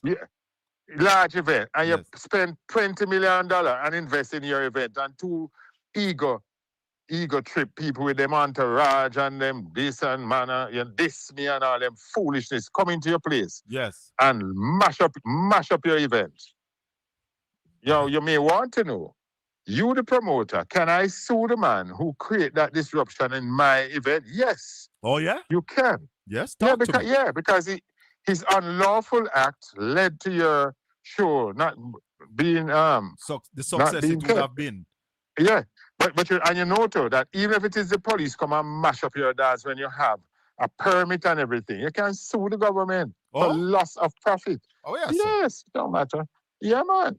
And we'll give police come and mash up your dance without cause, and you have a permit from the superintendent to keep your thing. Yeah. And them come there. You know, man. Anybody that mash up your thing without lawful reason, you have a civil claim against them. Somebody just like if the artists don't turn up. If the artists don't turn up, you can sue them, you know? Yeah, I know that one. Yeah. Somebody in the chat room is asking that if they will swab the magazine for fingerprints as well. Tell them have to pay me for that one. All right, that's no joke. No, yeah, man. All parts are swabbed, and you know, yeah. That is why what they call it now, the sanitization of the crime scene is very important. And you can take up the gun with your hand and put it, and then now you're gonna have another evidence is now when you discharge a firearm, it leaves residue, gunshot residue on your hand. Yes. Especially the back of your hand. So those suspects, they would swab them as them carry them going. They're supposed to swab everybody. I see who fire. Yeah. Yeah, but you have to be careful because if I fire after you and then grab you up and I'm struggling with you, I can transfer my gunshot residue into your hands, you know. Oh. So because gunshot residue is on my hand, it don't mean I fire, and it can be a transfer. Hey, listen, I can't give any more. Right. I need to be paid. There's something else I wanted to ask you about from the other day, though. I wanted to ask you about this United Nations resolution that slavery was illegal and all of that. The United States voted against it. Israel voted against it. Argentina voted against it. Yeah, I said fire burn, three of them. Yeah. Fire burn. Why are you fire burning? No, listen to me. Let me do them one by one. Yes. America was built on slavery. And you go to United Nations and talking about you are opposing that it's the worst crime against humanity and it lasts 300 years. Israel, who went through their Holocaust for 4 years. We go through ours for 300 years. Our soldiers went to Germany, Jamaican soldiers, African soldiers in World War II, free the victims of the Holocaust. And you come and disrespecting Africans when we say, our 300 years the gravest crime. Come on, bro. And Argentina, who have black population and a lot of your friends, cheer them on during World Cup. I made this call today. No more support for the Argentinian team by black people. Not a lot of my friends. Argentina is my team for a long time since Maradona. No, you can't support them again. So you have to stop. You have to stop it. You have to cut it out. Yes, you have. But you have to. Yes. Them oppose it, Them don't abstain, You could abstain, England abstain, them say nothing wrong with it. What they're saying is nothing wrong with our 300 years of slavery. Argentina is telling us that. Yeah. No more support for them. No more support. What does this mean, we're not playing. What does this mean for a country like us who are seeking reparation for slavery? Very good question. So here it is. We had a majority vote that it was gravest. And what it does, it makes our case stronger. Because if the family of nations scorn slavery that much and say it's the gravest crime against humanity, when we go before the United Nations, we have the support of 132 nations of the world saying it was wrong and it is the gravest. Yes. And it's one of the biggest, and we support Ghana, we salute Ghana for bringing it to the United Nations. Yes. Long live our brothers and sisters in Ghana. Yes. So where do we take this from? Where do we take this from here now? Well, we're bringing the case. We are bringing the case to the United Kingdom this year. This year for reparation. Oh. Yeah, in the Privy Council. And yours truly is part of that legal team. So I'm coming out of retirement. I am coming out of retirement. I'm coming out of retirement from the courtroom. Let me just say, I am not retired from law. I'm a consultant. No. Yes. I do legal matters a lot. I just don't go in the courtroom anymore. Right. But I am coming out of retirement to go to the Privy Council to argue for reparations for African Jamaicans. Oh, so you're going up there this time? Yeah, I'm coming out of retirement to go up there to do the case. All right. To do the case. What are our chances, Bert Samuels, and what is it that we are asking for? We have the strongest case possible to present to that court. We have the strongest case possible. They are trying to say slavery was legal when we were down here. Well, wasn't apartheid legal? Yes. Eh? Yes. Wasn't wasn't Nazi Germany legal? At the time. Yeah. And what now? So, but don't the Jews chase down all of them and bring them to trial and execute them? Yes. Come on, bro. Come on, bro. So yeah. what we're asking for? We're asking that firstly, it be declared as a crime against humanity. One. And then we're asking for compensation for the 300 years. Wow. I don't know if you know that Judge Robinson, former judge of the International Julian Court. Robinson, Deputy Shadow Minister of Finance, father. Yes. Father. Yeah. He has assembled a team of assessors, economists, and persons who can assess damage, and worked out that Jamaica alone is entitled to $6.5 trillion US for our enslavement. That would appear of Jamaica's dead clean, and left whole heap of money. It frightens them. But listen, your listeners know that the British government paid the farmers in 1838. And up to £20 million. Up to in the 20 million pounds. Up to in the 20th century, that money was being paid. Yeah. It was paid up to 2015. British taxpayers finished pay off 2015, including your granny. My brother went up there 61. Him helped pay off. My uncle. The planter them were enslaving. Yeah, all of them helped pay that. Yeah. So if white people who enslave us get compensation, what about us? What about the workers? What about us? My God. And they rape us. They amputate our foot when we try to escape. They own our children. Them take away our babies. Them gamble on the gender of our baby and cut pregnant black women's guts open. The horror of that event must be compensated for. Bert Samuels, I want to thank you this morning. And yeah, man, if you want to say something. I promise you 6 until the philosophy that holds one race superior and another inferior, it's going to be war. War. Until the color of a man's skin is of no more significant than the color of his eyes, we say war. Bert Samuels. Tell the Israelis that our life work the same way like their life. Yes. Amen. Blessings, my brother. One love. One love. Take care. Senior attorney at law, Bert Samuels, this morning, speaking to us on two issues. The Jeffrey, the situation at the party, and of course, slavery, a crime against humanity. One of the wickedest crime against humanity. I know I did answer the phone. I have a caller. Caller morning. Colin, yes. So long I'm waiting and I try to put it to you, send a message to that. I wanted to ask Mr. Bert Samuel a question pertaining to that same issue he's on with that gun thing. What was the question? But I don't know if you didn't see it and hoping that you just let me ask him quickly, but he's gone. What was the question? The question is, I know of a friend who has a home in Portmore and the neighbor damaged it more than 3 times. She's gonna pursue charges.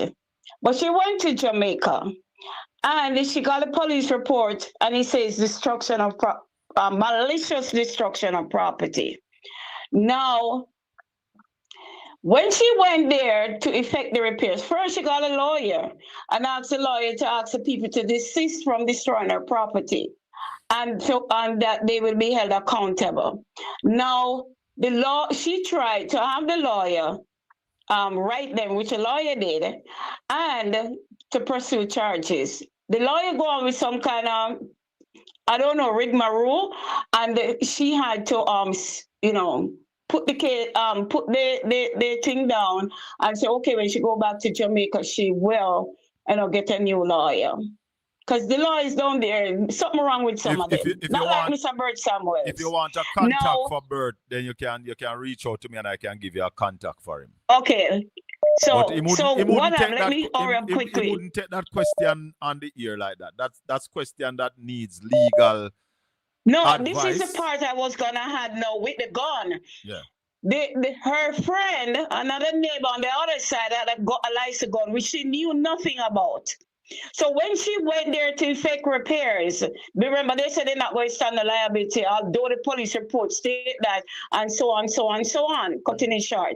Now, what happened when she got a workman to go there now to start, take down the column and start repair up her place?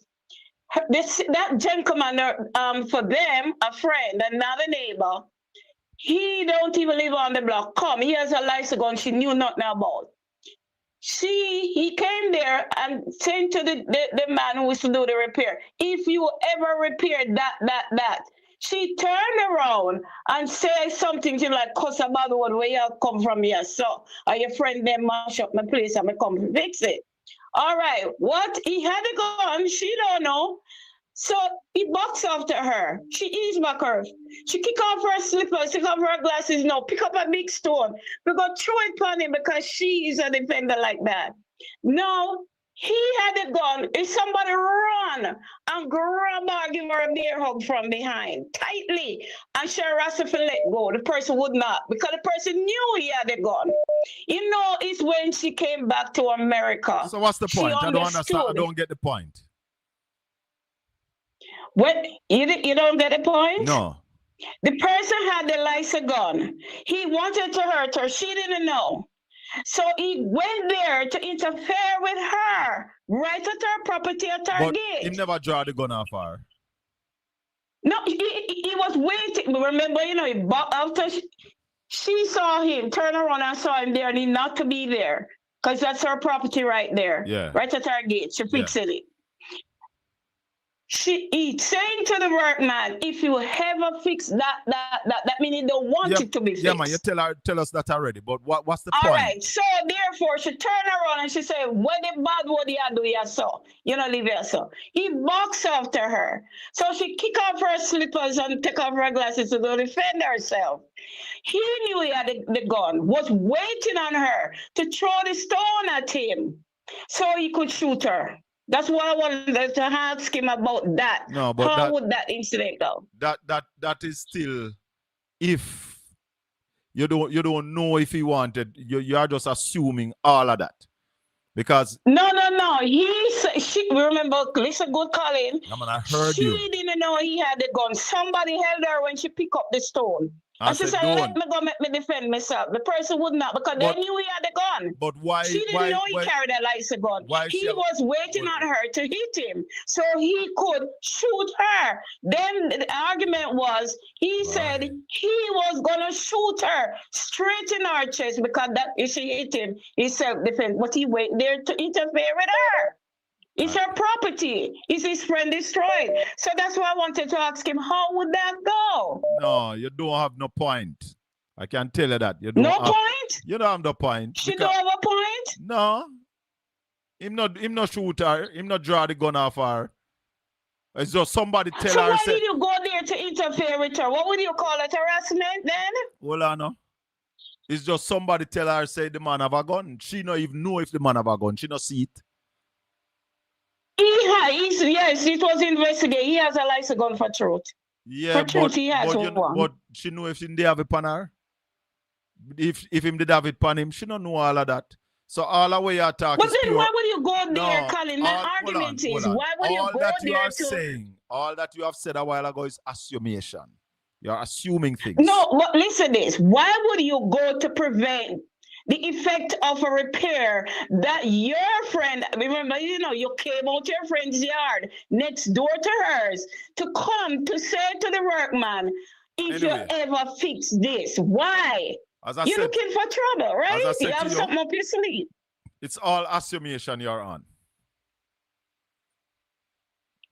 Boy, Colin, you said that, but I am seeing something different. Perhaps I'm not saying you could not be right, but I think it need more of a legal mind deeply into it. The thing is, why would you try to prevent the repairs when there is a police report that says malicious destruction of property? It's not your property, it's your friend did it. All right. And she left, go to Jamaica for go effect the repair. Why would you intervene all there? All right, caller. She have to talk to a lawyer about that. We're not going to take on that because I tell you straight up, all that you have said is pure assumption. And there's another side to that. Hold on, there's another side to that story that you're not telling us. That's all I know. That's all you know. That's all I know. That's all you know. It's somebody I know. No, man, but that's all you know. There's another part of that story. But remember again, Colin is not the first lady in it. And she allowed it, but this time it is worse, she said. But what I'm saying to you, there is another part to that story. No story can't just go so. There's another part. All right, caller. Thank you for the call. I will. All right. Yeah, man. 1-876-804-7072. This is the Colin Bell Show. It's Saturday morning. We're taking your calls. Go ahead, caller. Welcome. Morning, Mr. Bell. Morning, my brother. Welcome. Yeah, listen to our story. Listen to our story. I think that is provocation. So you call that provocation. There is some form of provocation there based on what she said. But as I said to you, a man can't just go tell you, say, him know why you repair somebody else's house. There is another part of that story. Yeah, yeah. So I say just boil on to provocation. As she said, she told us what she know. But let's not dwell on that. Let's go to something else. Because we don't know not much about that. Anyway, Mr. Bert Samuels, if you ask him a question, but I couldn't get through to you. Anyway, you know, so Argentina still, you know, say, a whole heap of black did the Argentina and then kill them off. That's what he said. A lot of black people live in Argentina. Yeah, and then kill off majority. Enough of them in the years gone by. You don't see that. If people don't notice that, they never see a black people from Argentina side. You mean a black man? But the Argentinian is not really white of such. Maradona is not a white man. Messi, I wouldn't call Messi a white man, but... No, but at least you never see a colored people otherwise on the next that they color there. You never see a colored people. A colored person on them team. No time. Yeah. That's true. Some always wonder how we Jamaican crazy over Argentina. Let me tell you why me used to love Argentina. Because I stop love them now. As from the time they voted against this thing, me stop love them. But I love football with flair. And there's nobody with more flair than Maradona. Yeah, the flair. Lionel Messi. That kind of flair. Where the next one name? Not Artega. What the next one name? Next short one will come up after Maradona, man.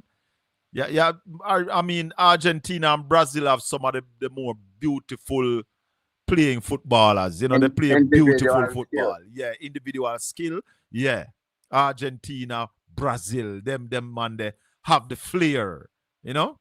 And that kind of football that me love. Me love Walter Boyd. Me love Andy Williams. Roderick Reed, the man that could have dribble and beat you and beat one, beat two. You know, see nobody play them the kind of football they are gonna. Them football them me like. And that me I said that's why I look like Jamaica can't go to the World Cup again because you don't have. You need enough of the individual skill like back in the 1980s. Yeah, but we not promote that in Jamaica. We not promote no skill. Yeah, you understand? That me I say. Yeah, I think when name Ricketts need to go in my yard, go sit down. The whole GFF need to be fired.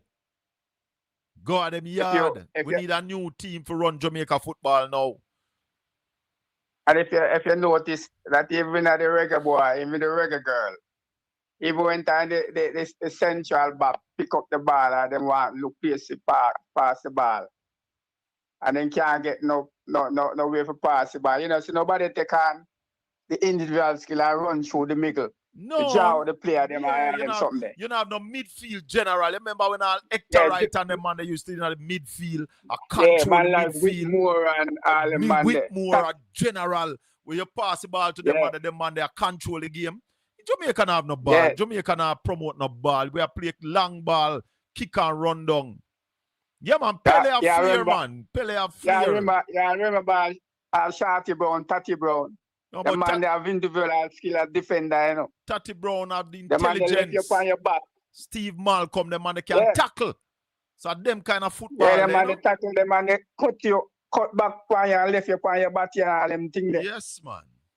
Improvise. The man they go in at the box, when they reach in at the box, they go improvise them, cut you and all them things, make you run gone. So, and I don't see them skill there again. No skill no in the football, man. The football right now, weak. And Jamaica have skill ball, you know, because when you go watch schoolboy football, you see some good ball, you know. You see some baller.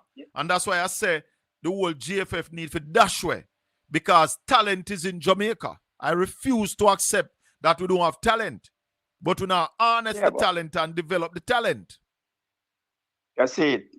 And then we are run down some little man with then great granny did born at Jamaica.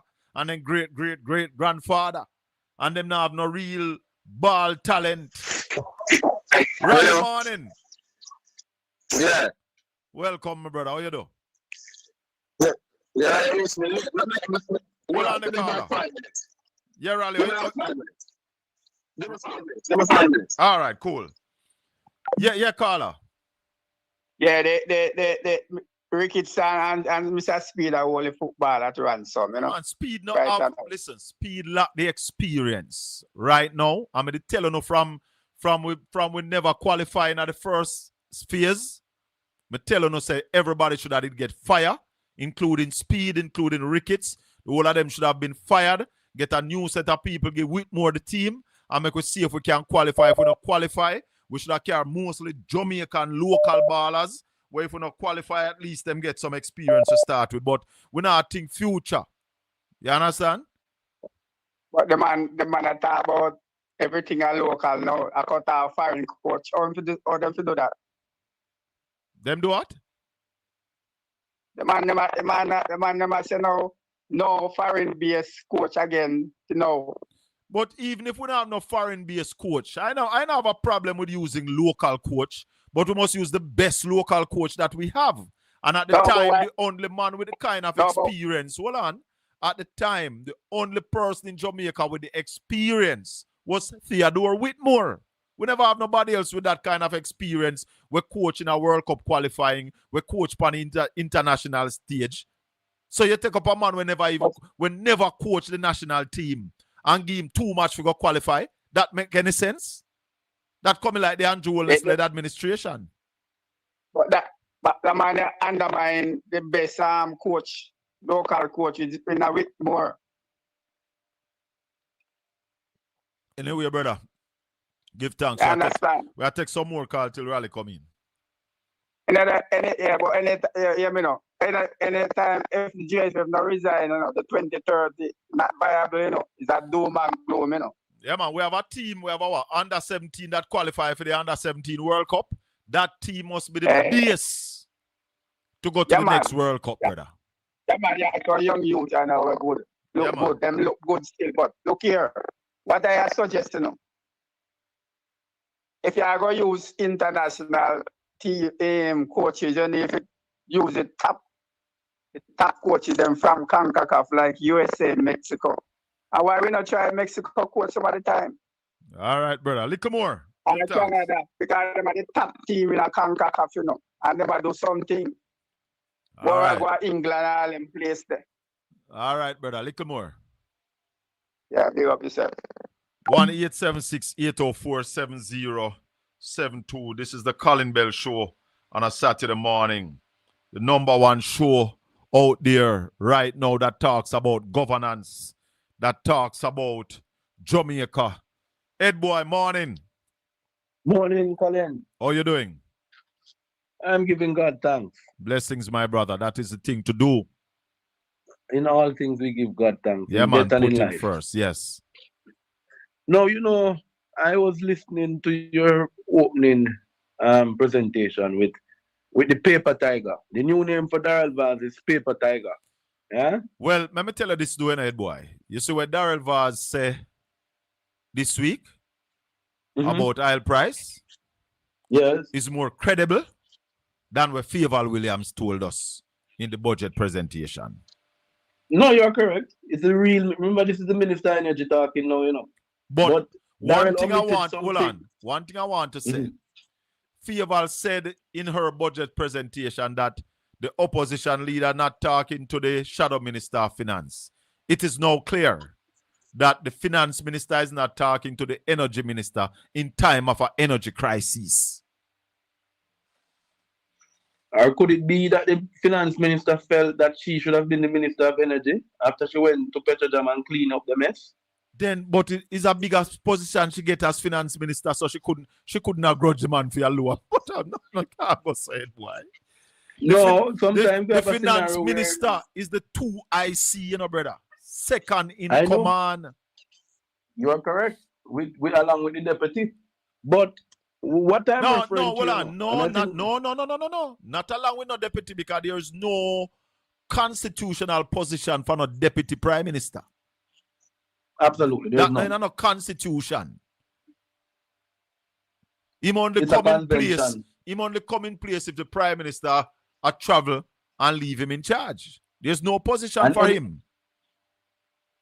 You're correct. And anybody could be appointed. Exactly. Even a new sitting MP could become deputy when the PM is away. All Babsy Grange.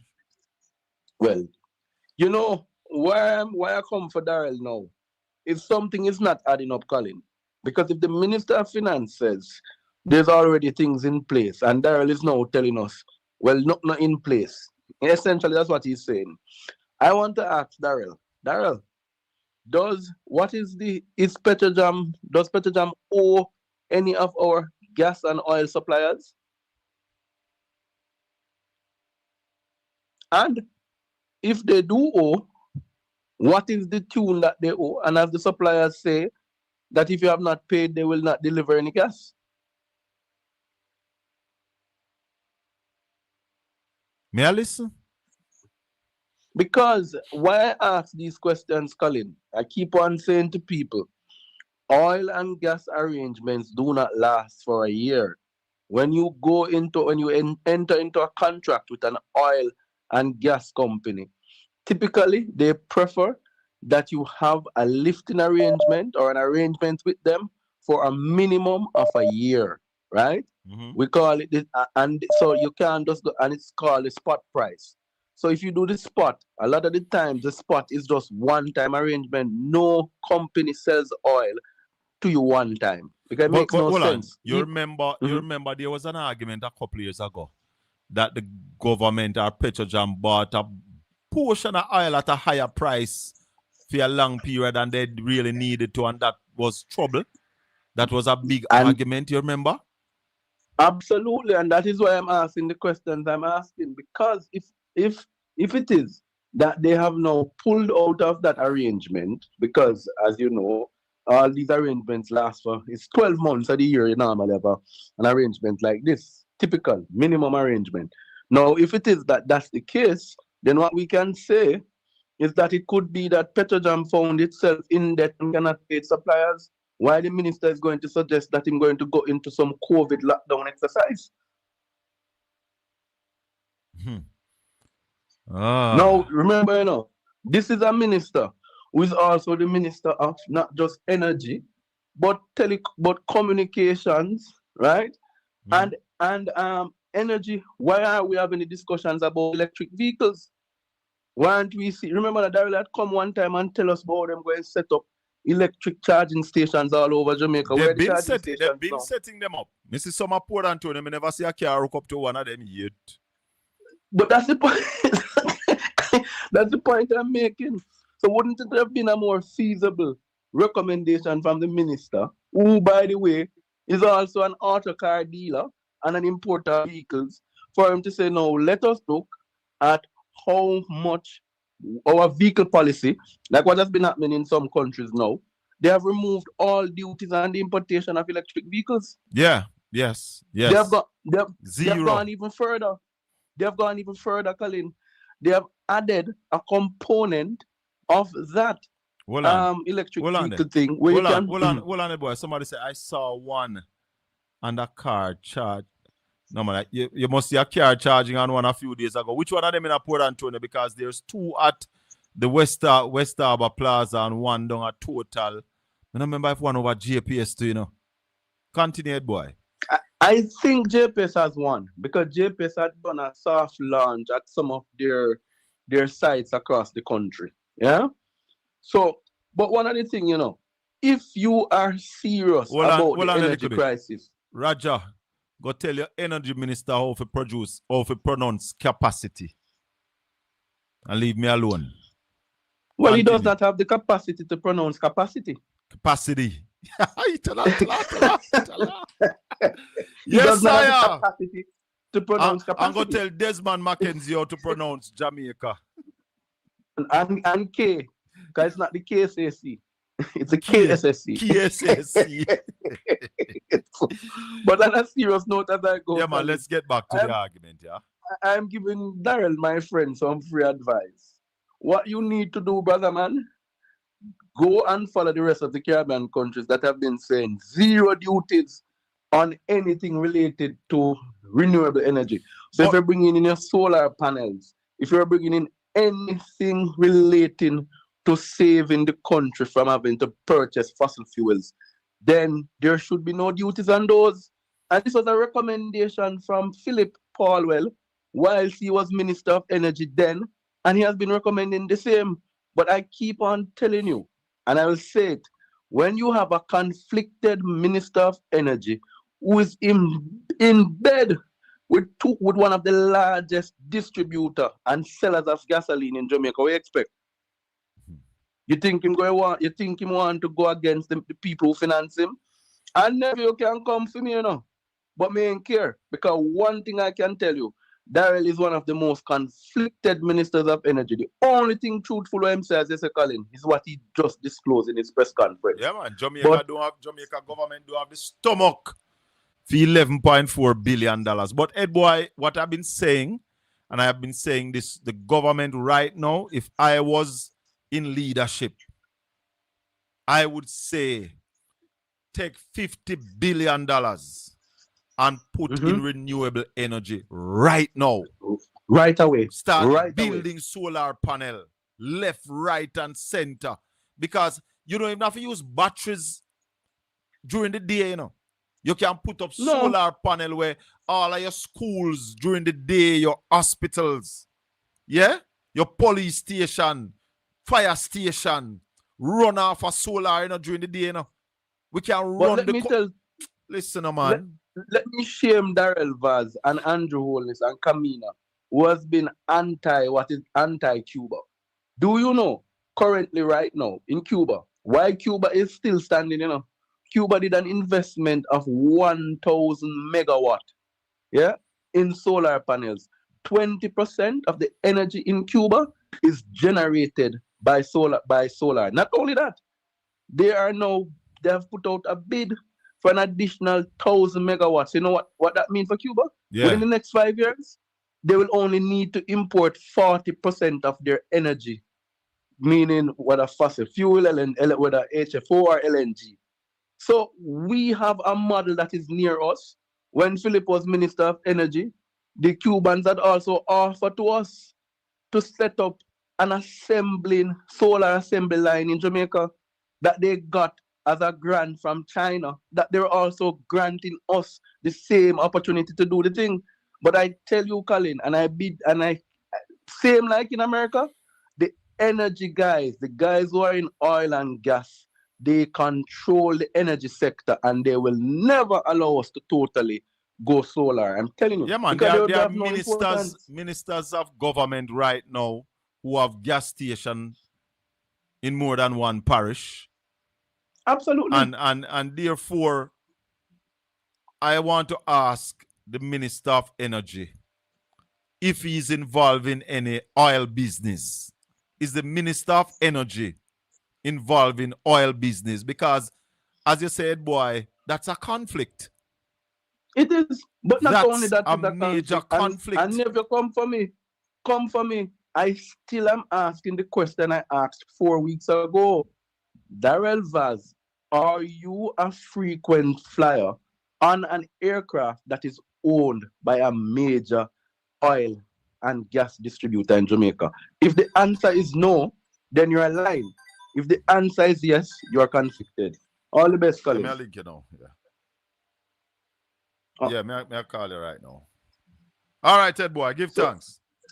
Give thanks, give thanks. 1-876-804-7072. Rally morning. Yeah, man. Wagwan. Morning. Yeah, man. Yeah. Hold on there. That a bounce twice. Hold on, Neville. Yeah, Rally, Wagwan now. Yeah, we're there. Wagwan. We're there upon it, my brother. Give us an update now of what went down this week. Well, as I said, the stock exchange, Bank of Jamaica stock exchange again still down to 346,000 points now, coming from 500,000 points in a COVID. Bank of Jamaica wanted to mop up 16 billion, then get 31 billion. Internationally, as we speak, the price of crude start go up again because the war don't stop. Let the Iranian gunboats send fire some shot off of some ships this morning.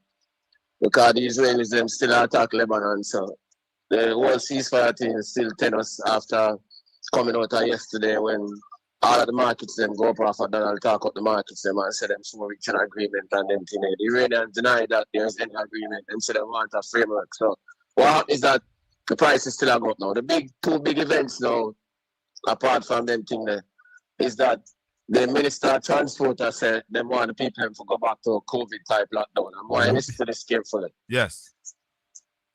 When we reached COVID, the economy was flatlining. It means that we never grow and we never decline.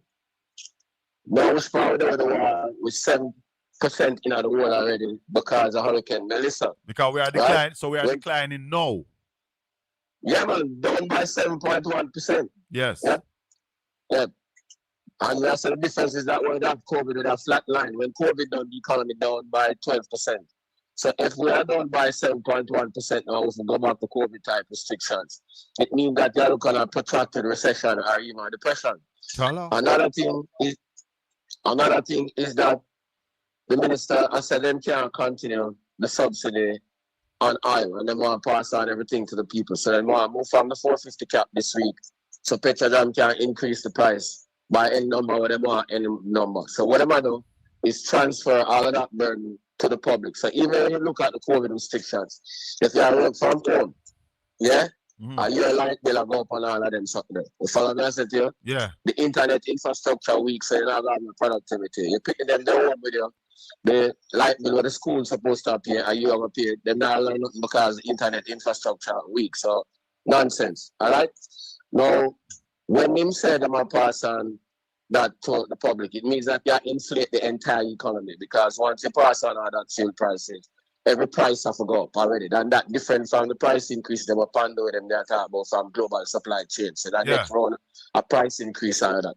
Bank of Jamaica have to go panic and increase the interest rates and hold it more business because non-performing loans are at $80 billion up to the end of December last year. So hold it more company and find themselves with non-performing loans. People are getting laid off. Again, another protracted recession. What I think the people need to know, ad valorem are just the Latin for according to value. So the tax them collect on fuel, it depends on the value or the price per barrel. Yeah? So them say them go and get 46 billion from Petrojam based on the $62 per barrel in program over the next 4 years. Yeah. When oil price they are $100 per barrel, they might collect like $17 billion more. So that is extra taxes. So them in a position where them can hold on the price of tax or gasoline for a longer period in order to safeguard the economy. So what the government are doing, apart same thing like how they approach the budget. They want to collect more money at the expense of the economy and as I crash the economy. Because we still already have 18.5 billion in taxes on the drinks and the smoking and all of them things already. And then now they might collect another 17.5 billion extra with the price of fuel at $100 per barrel. Then them still sit on 3.2 billion US dollars or 512 billion Jamaican dollars where them have access to in order to deal with the problems caused by Melissa. So that's what this them do. Them are going in the wrong direction. The next piece of idiocy. Dr. Damian King, who says a senior economist, said him a pray to God so we not find oil in commercial quantities because it will lead to more corruption. So can you imagine that? Morally, again, let me tell the people. Go ahead. Go on. You No, see, go ahead, that's what no, you see what me I tell you, say you have some people who are not patriotic, who don't love Jamaica. How can a man say pray to God Jamaica not find oil? What else can I save right now? A man who said him teach at the university at the highest level, and a man who is a known supporter of the government. Can you imagine that? Or is it that he knows that members of this administration, if we find oil, what they are going to do? Maybe know them better than we really. Yeah, but watch it. They are already doing what him said they are doing. So everybody knows that the corruption, and the oil will bring the corruption. The corruption, they are ready. The corruption. And they are ready. Yeah. So that's a foolish statement from the economic side now. Remember, the oil bill are the country's third largest bill. That's one thing where the people are going to realize that. You know what the largest bill? Raw materials and then something. You know what the second largest bill now? Food. And you know what the third largest bill now? Oil. Now, oil last year for the first 11 months was $1.6 billion US. You'd have to put $100 fund against all our exports to pay the oil bill. Right? That was 11 months. That was $60 a barrel. Now, with oil at the current price, I look on $2.5 to $3 billion per barrel. So if we find some oil and can cut that bill, yes, that will have a positive impact on the economy. And the fact that we have a refinery already, not like Guyana, who don't have no refinery. Precisely. We have a refinery, so we would be in good stead. Precisely. So those are the people that have been advising the government to make all of this nonsense that take place. There's the level of idiocy. You get the point, I think. Right. So those are the big stories for last week. Right now, if the man them do them and we agree with this rubbish about COVID-19 and over $4.50 pass through, a big problem that for poor people. Big problem for the economy. I have a call holding. Yeah. But Raleigh, before I go to the call, when a minister speaks in the parliament, Raleigh, and you find out that they are lying and misleading the country, are there any consequences for these things? Can minister just... No, should be, but there are none. That's the practice for the last 10 years. Because I want to remind you, I played from morning, and I want to play it again, what the Minister of Finance told the country about the war in the Middle East. The Prime Minister never mentioned nothing about the war. The Finance Minister spoke about it for maybe about a minute. And I want to remind you what she said. Listen what the minister told the people of Jamaica about oil and the war in the Middle East. Listen this, Raleigh.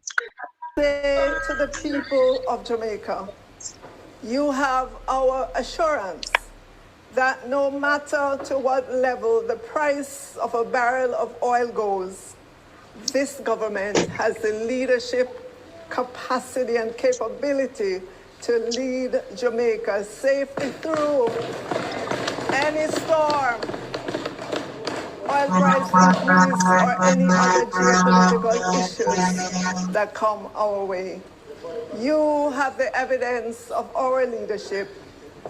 So she said, Jamaica have the capacity that any price oil reach, where Jamaica have the capacity and the leadership to lead us through this. So, oh no, Darrell is telling us that this is what Darrell told us. In your face, the government of Jamaica cannot stomach $11.8 billion with all of what we have to do and the contending. So what Darrell said to us is that what Petrojam has been doing from the other day, if they continue that to June, it's going to cost the country $11.4 billion. The government can't stomach that. People tell us that the government have the capacity. And we don't have to worry. What? All right, so tell me now. That alone tells you the level of idiocy, because tell me which government in the world, even Saudi Arabia or even the USA, have the capacity to stomach oil prices no matter which part they go. You see the idiocy in that statement. No country in the world. Why I think Donald wants an off-ramp to the war? Because the cost of energy push up the price of everything in America. Why I think the other countries don't want to subsidize them people? Because the cost of energy push up the price of everything. Why I think the IMF downgrade the global forecast? Because of the cost of energy push up everything, including interest rates. So you have to have lower growth. So that shows the idiocy about economics. So is it fear? Is it fear then to put favor speech down to idiocracy? Yeah, man. Just I get fired immediately for saying that. Not even a sixth form student or something like that. Let me go to the call. Yeah. Caller, good morning. Hello, good morning, Colin. Morning, Neville. We have Raleigh on the line. Yeah, good morning, my guru, Ralston, man. Yeah, I just want to say this. It's not only the inflation or the stagflation or whatever inflation they're going to come with. We have to look out for people as well. This system is breeding a lot of narcissists, especially the covert narcissists who want to use and refuse other people and pretend that they are with you. We have to make sure that we resurrect our spiritual value and look out for these people and refuse to be used. Yes. Ralston. Ralston. Yeah, man. Mr. Hyman. He's hearing you. Go ahead, Neville. Yeah. Oh, don't you think we have to get a higher velocity of money around the island among ourselves now? Money need to move faster around in order to get things done. That's the point I'm making, but the government is doing the opposite. When Bank of Jamaica map up liquidity, they reduce the velocity of circulation. When the government tax you more and pass on everything to you, they reduce the velocity of circulation because they reduce the money supply of the system. So they are going in the opposite direction. That's the point I'm making too. As a result of that, I want the people them to know this, that you can't do no favor for people who are not doing any favor for you. Yeah, man. And you can't work for good name anymore. You can't work for God bless you and thanks. Because what you're going to find is a lot of people going to try to transfer the stress on you and demands in your time. Hold on, stop. Which is what, when the government said I'll go back to COVID-19 restrictions, when them say that they're going to reduce the cap, increase the cap for the oil, reduce it still, should say. Yeah, I pass it on to you. What the matter is transferring their fiscal stress to the people, you know. Huh? Right. So everything. So I know you weak already. They must say you must hug up everything. So the transfer, yes, the stress we never talk about has already been transferred, or they are now transferring that stress to the people. Yeah. Yes. Yeah. And is the stress-related illness is the #1 killer of the Jamaican people, not murder. So why they boosting up the murder rate? Hold on, Neville. So when you see some people get sick and dead and people say science them, and I hope they are stressed because doctor can't find that complaint. Yes, and one of the highest disease in Jamaica is heart disease. And when you wake up 2 o'clock in the morning looking in your ceiling, thinking how you're going to balance your trial balance and how you're going to create more profitability, you're developing heart disease. And a lot of these ministers now going into the funeral parlor business. Tell her.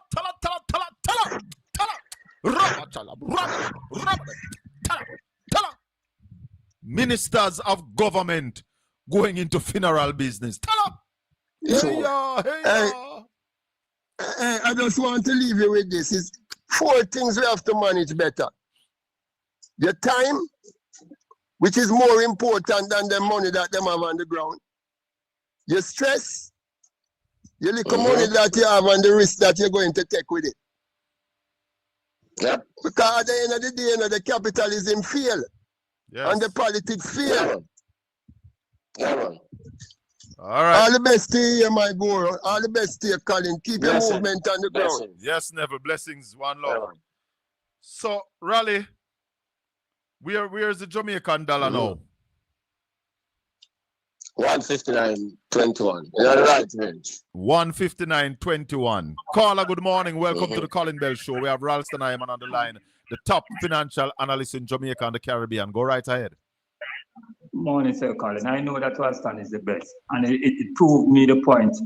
Take us right off the now, speakerphone. Take us off the speakerphone, please.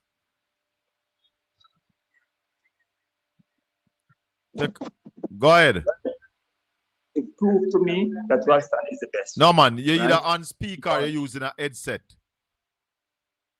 Yeah, I'm mostly on speaker. Yeah, right man. now. Yeah, man. Take off the speaker. That's make the sound. Hello.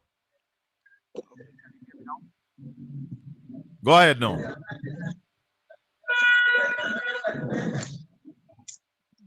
Yes, caller. As we wait on the caller to take us off speakerphone, please, when you're calling, don't use a speakerphone or don't use an earpiece. It don't give us a proper sound in the studio and going through to the listeners. Go ahead, caller. Can you hear me? Yeah, man. Go ahead now. I know that Ralston is the best, right? But this might be a rhetorical question, right? Is it that the government is blind, they are wicked, or they are uncaring and not seeing what's going on in the world in terms of the oil situation? Because I'm vacationing right now in the US, right? And I was watching CNN where this guy, the chef for World Central Kitchen, was talking. And he was saying that most people is talking about the oil, but what they are not talking about also is that at least through the Strait of Hormuz, at least 20 to 30% of the ship that pass through deliver nitrogen. Nitrogen is something that helps vegetable freeze, ice cream, a lot of the things that going on right now, like brewing beer and all of these things. And these things will affect like farmers and all these people. Right now he's having shortage because he's in Gaza and the food supply is now coming because because it was blocked. There's no nitrogen for the ship them to come in or anything like that. When we also talk about the food import bill of 1.9 billion, with this happening, it's going to go more because the farmers them not getting the supplies that they need. So is it that the government is lack vision? As I said, with no vision, the people will perish. But it's like they are dumbfounded or is that them don't care? They don't realize these things. I heard the Mark Golan come out and it was very good. One of the things I think they need to do more press conference instead of people like you and Ralston alone talking. You need people who did not vote, the undecided, because a lot of PNP will listen to a press conference, but they won't listen to a Colin Bell show or Andrea or whatever Stephen show, right? But they will listen to a press conference and know a lot of people have to understand what is happening with the war in Iran, how much it affects the economy itself. So when you highlight these things, you're just on point, and the government is just blindfolded about what is happening right now, and I don't understand. I just can't comprehend. Why is it that they are not making the necessary action? You see where the oil edge is right now, and where the oil is at least $100 a barrel. So keep doing the good work, sir. All right, brother. Blessings. Raleigh, where oil closed yesterday? West Texas, that's the US oil closed at $93 per barrel. And Brent closed at $95 per barrel. Yep. But the futures market kind of buy futures a point over $100 after this morning's incident. So Monday morning we're back to the same thing again, up again. So the main thing though, hold on, caller, why I ask you that question. The oil is not coming down, and we still have a budget that is cast at $62 per barrel for oil for this year, Precisely. next year $60, 2028 $60, and 2029 $62. Pure rubbish, and we still don't hear the government coming with a supplementary budget to tell the people what the real numbers are. Yep, one bag of rubbish, yeah, man. And then the Minister of Transport attack foolishness. Yep. Go ahead, caller. Yeah, Colin, big up yourself. Morning and welcome, sir. Love the show. Thank you very much. Portland, you know what I mean about. Well, in there, we tell you. Okay. But this oil thing, we have to take it more serious than what we have on the surface. Not we. The government need to take it more serious, because obviously the government of Jamaica is not on point or on the ball where the war in the Middle East is concerned and its effect on the people of Jamaica. Yeah, I think it'll be a more longer war than what it be right now, because I'm a semi-truck driver, I can tell you, say, build them move solar system, carry We lost that a while ago. What you say about solar system? Them things that in place. You said you're a semi-truck driver, and you said something about solar system. We didn't get that. Caller? Yeah, you hear me now? Yeah, go ahead. Yeah, man, I say I'm a semi-truck driver. Caller, you have me on a speakerphone? You have your phone on speaker? So, of course. No, I'm not on speaker. Okay, go ahead. I'll be right at me.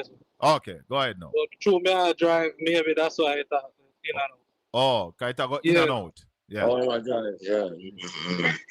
Yeah, may I say the solar thing, US put in a lot of solar, so to me it seems like them have more pressure, the high more and more. So it, me not think it will be a thing where I go stop. No, you see what I say? Yeah.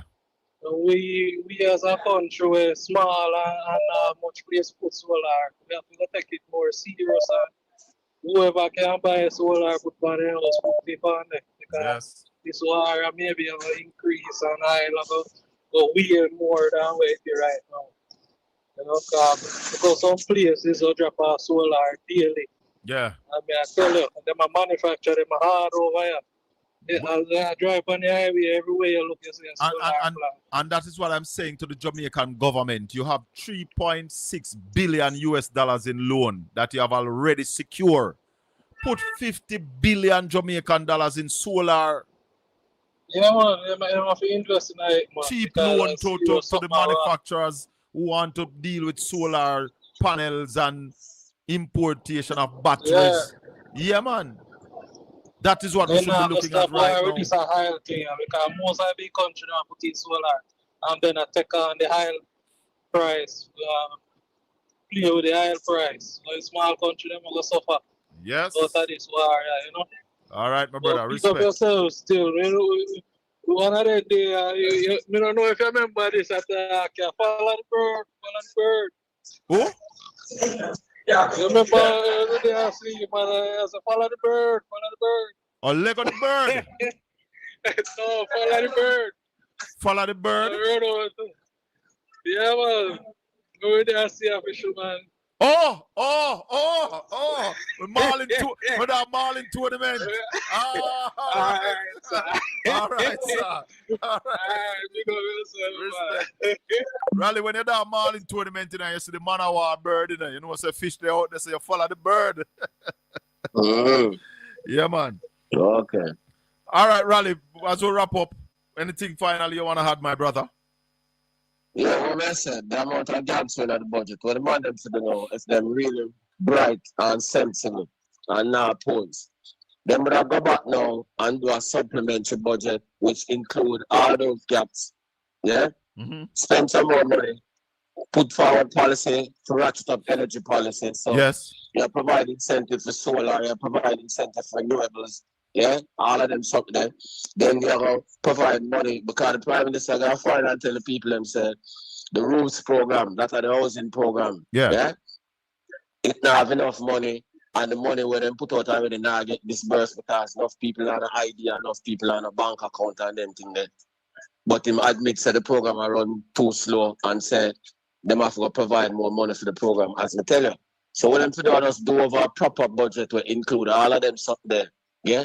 Incentives for renewable energy and them something there. Legislation to deal with power wheeling, legislation to deal with the whole thing about net billing, all related to energy, and make sure them have enough money for the people under the roofs program and give the economy a stimulus right now. Because based on what them are planning for, are the opposite direction they're talk about for lock down the economy when them should have talk about for boost the economy. You follow me? I said exactly. We have to reject them. We have to reject them thing. Everybody in Jamaica who have sense have to reject them thing. We have to reject the nonsense the Damien thing attack. Because if we find oil, that's a significant foreign exchange savings. Of course, jobs big jobs savings. Yeah, man. Garbage. You imagine if you imagine we can produce all the oil that we need. That would save us what, $1.7 billion a year? No, man, that at current prices we look at $2.5–3 billion. Hello, at current prices. Hello. Yeah, current prices. Yeah. I'm not trying to create enough jobs so our engineers, electrical engineers, and all of them something better. No. But when we talk about Jamaica, we have to step out and say, no, this is not all right. Yeah. And if we are worried about corruption, what needs to happen is the people of Jamaica need to start clamp down on the corruption right now, step out and say no more. Because if we don't start with that, there is some merit, that when oil is found, corruption will rise. But it is up to the people of Jamaica.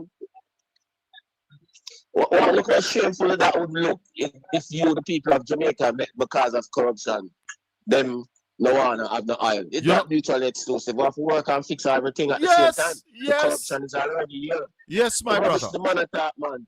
Yep. And more people need to step out, right? Yeah. More people need to step out them fools and our brothers. It's like Monday evening we're gonna have a program after the Colin Bell show called Religious Freedom. And one of the topics they are going to be discussing, should Christians have wealth? Because some churches are telling people that, you better, sometimes God don't want you to get no money because if you have money, you have to turn back. What kind of rubbish? Rubbish. Let me take a final call. Caller, good morning. Welcome to the Colin Bell show. Go ahead, sir. Let's say top of the morning, Colin, and to everybody in the Spice Land. Yes. Colin, I don't understand, but this government, they have never been prepared for no farm disaster, and they don't handle crisis very well, no time at all. And to look at it, they never ever, always they never been the rainy day government, and they always come out to criticize the PNP as when they put things in place for rainy day. When you look at the hedge fund. This hedge fund that's supposed to deal with that. That was a rainy day fund. That was a rainy day fund. Yeah. I see the rain fall now, and GLP dash with that fund. That is where you call party with the rent money. All right. So, Colin, I came on this show before and I said to you that these people in Jamaica will never get one house. Not one. They're not going to get it. I said it over here before. And let me ask you a question, Colin, because I know you're going to go. What is your favorite ice cream? I like Roman raisin, I like stout. But I don't eat a lot of ice cream, but I like Roman raisin and I like the stout.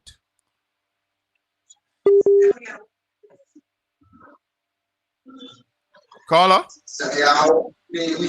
Whenever Andrew deliver one house to these people, you can line up for your favorite ice cream coming from the oven. All right? All right, sir. Respect. And I got to go. All right.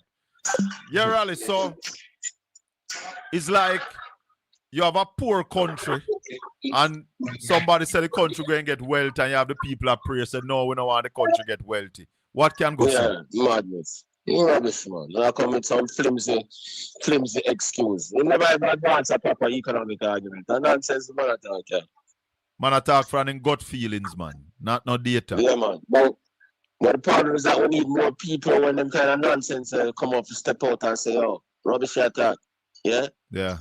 We can't just have people just remain silent and just accepting things. So we have to step out about this COVID-19 restrictions. And we have to step out about this foolishness, boy, for fine oil. So I get more corrupt. Rubbish. Yeah? Why think I feel I the man out of it? Why think I cause the problem in the world now? Oil. Because there's a need for oil. Everybody have oil wealthy. So the matter about Simple. Guyana have a little problem because Guyana does not have a refinery. So Guyana have to be, even though Guyana find oil, they have to still import the finished product. Jamaica already have a refinery. Even though it's kind of vertical integration backwards, yeah? You have the product and you have the refinery at the same time. Yeah, a full system on attack, yeah, man. Even though the refinery needs some upgrading, but if we find oil, that will come. Of course.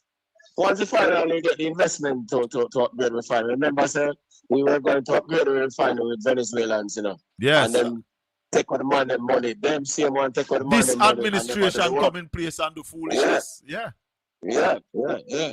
Yeah. My brother, we talk tomorrow. All right, bless it. Yeah, One man. love. Cool. Yeah, man. Yeah, man. Listeners Bless it. and viewers, Yeah. that's Ralston Iman, the teacher. Too much foolishness are going on in Jamaica because our government is not competent. The leaders of the country, they are not competent. They lack the capacity. As what you call it? Capacity. They lack the capacity to govern. Hence, the people of Jamaica are right now in a hole, and we not see no way out of the hole. Join us tomorrow morning for the Colin Bell Show. We're going to be with you at 9 o'clock tomorrow morning. Not for the Colin Bell Show, for Talk Jamaica. Should we do it in the morning or in the evening? We might take it in the evening tomorrow, you know. No. Just realize we got to do it in the morning. Tomorrow morning at 9 o'clock. Join us for Talk Jamaica, where we open the phone lines and give everybody a chance to speak. I am humble. Humility don't mean you sit down and take disrespect. You understand? So, you have to understand, I'm a Jamaican. And there are sometimes I'm going to speak the Jamaican dialect. Yeah? So, you can go and talk what you want to talk. I don't know. I've never seen you over here before, though. But welcome. I hope you have subscribed. If you have not yet subscribed to the channel, please subscribe, like, and share. Become a Portland Spice ambassador. Yeah, man. When you're a Portland Spice ambassador, you help us to promote the channel. Tell people about the credible discussions that we have right here on Portland Spice TV, where our mantra is to inform the Jamaican people, both abroad and on the ground. We have no intention of misleading anybody. That's why we ensure that sometimes we go back and find the context. I'm trying to find a clip. If ever anybody know it, can find it. When the war between Russia and Ukraine started, Nigel Clark said the war wouldn't start for long. Anybody remember that? The war wouldn't last for long. And the war that has been going on now. This war in the Middle East, we might be in for a long haul. And with this long haul, the pressure is going to be on the Jamaican people. I am suggesting once again to the Andrew Holness-led administration, you need to pump $50 billion in renewable energy. Let's focus on solar. When we have sun, we shouldn't be using fossil fuel. When there is no sun or not enough sun, then we go to fossil fuel. Let's use what God give us. Lots of sunshine in Jamaica. You don't know what to do with the money that you borrow, Mr. Holness? Pump it in renewable energy.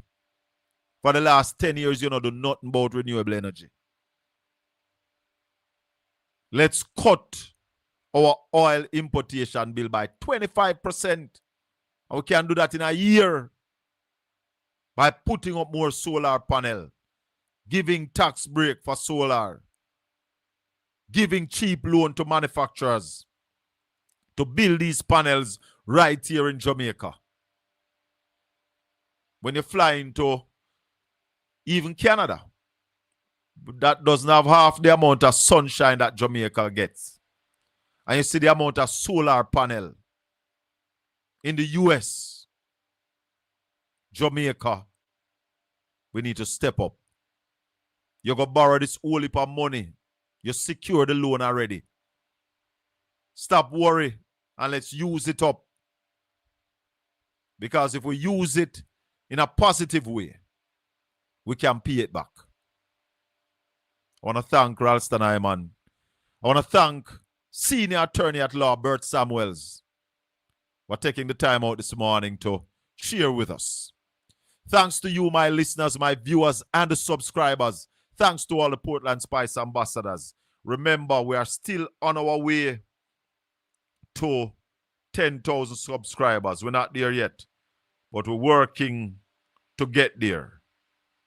Just want to tell you where we are now before we go.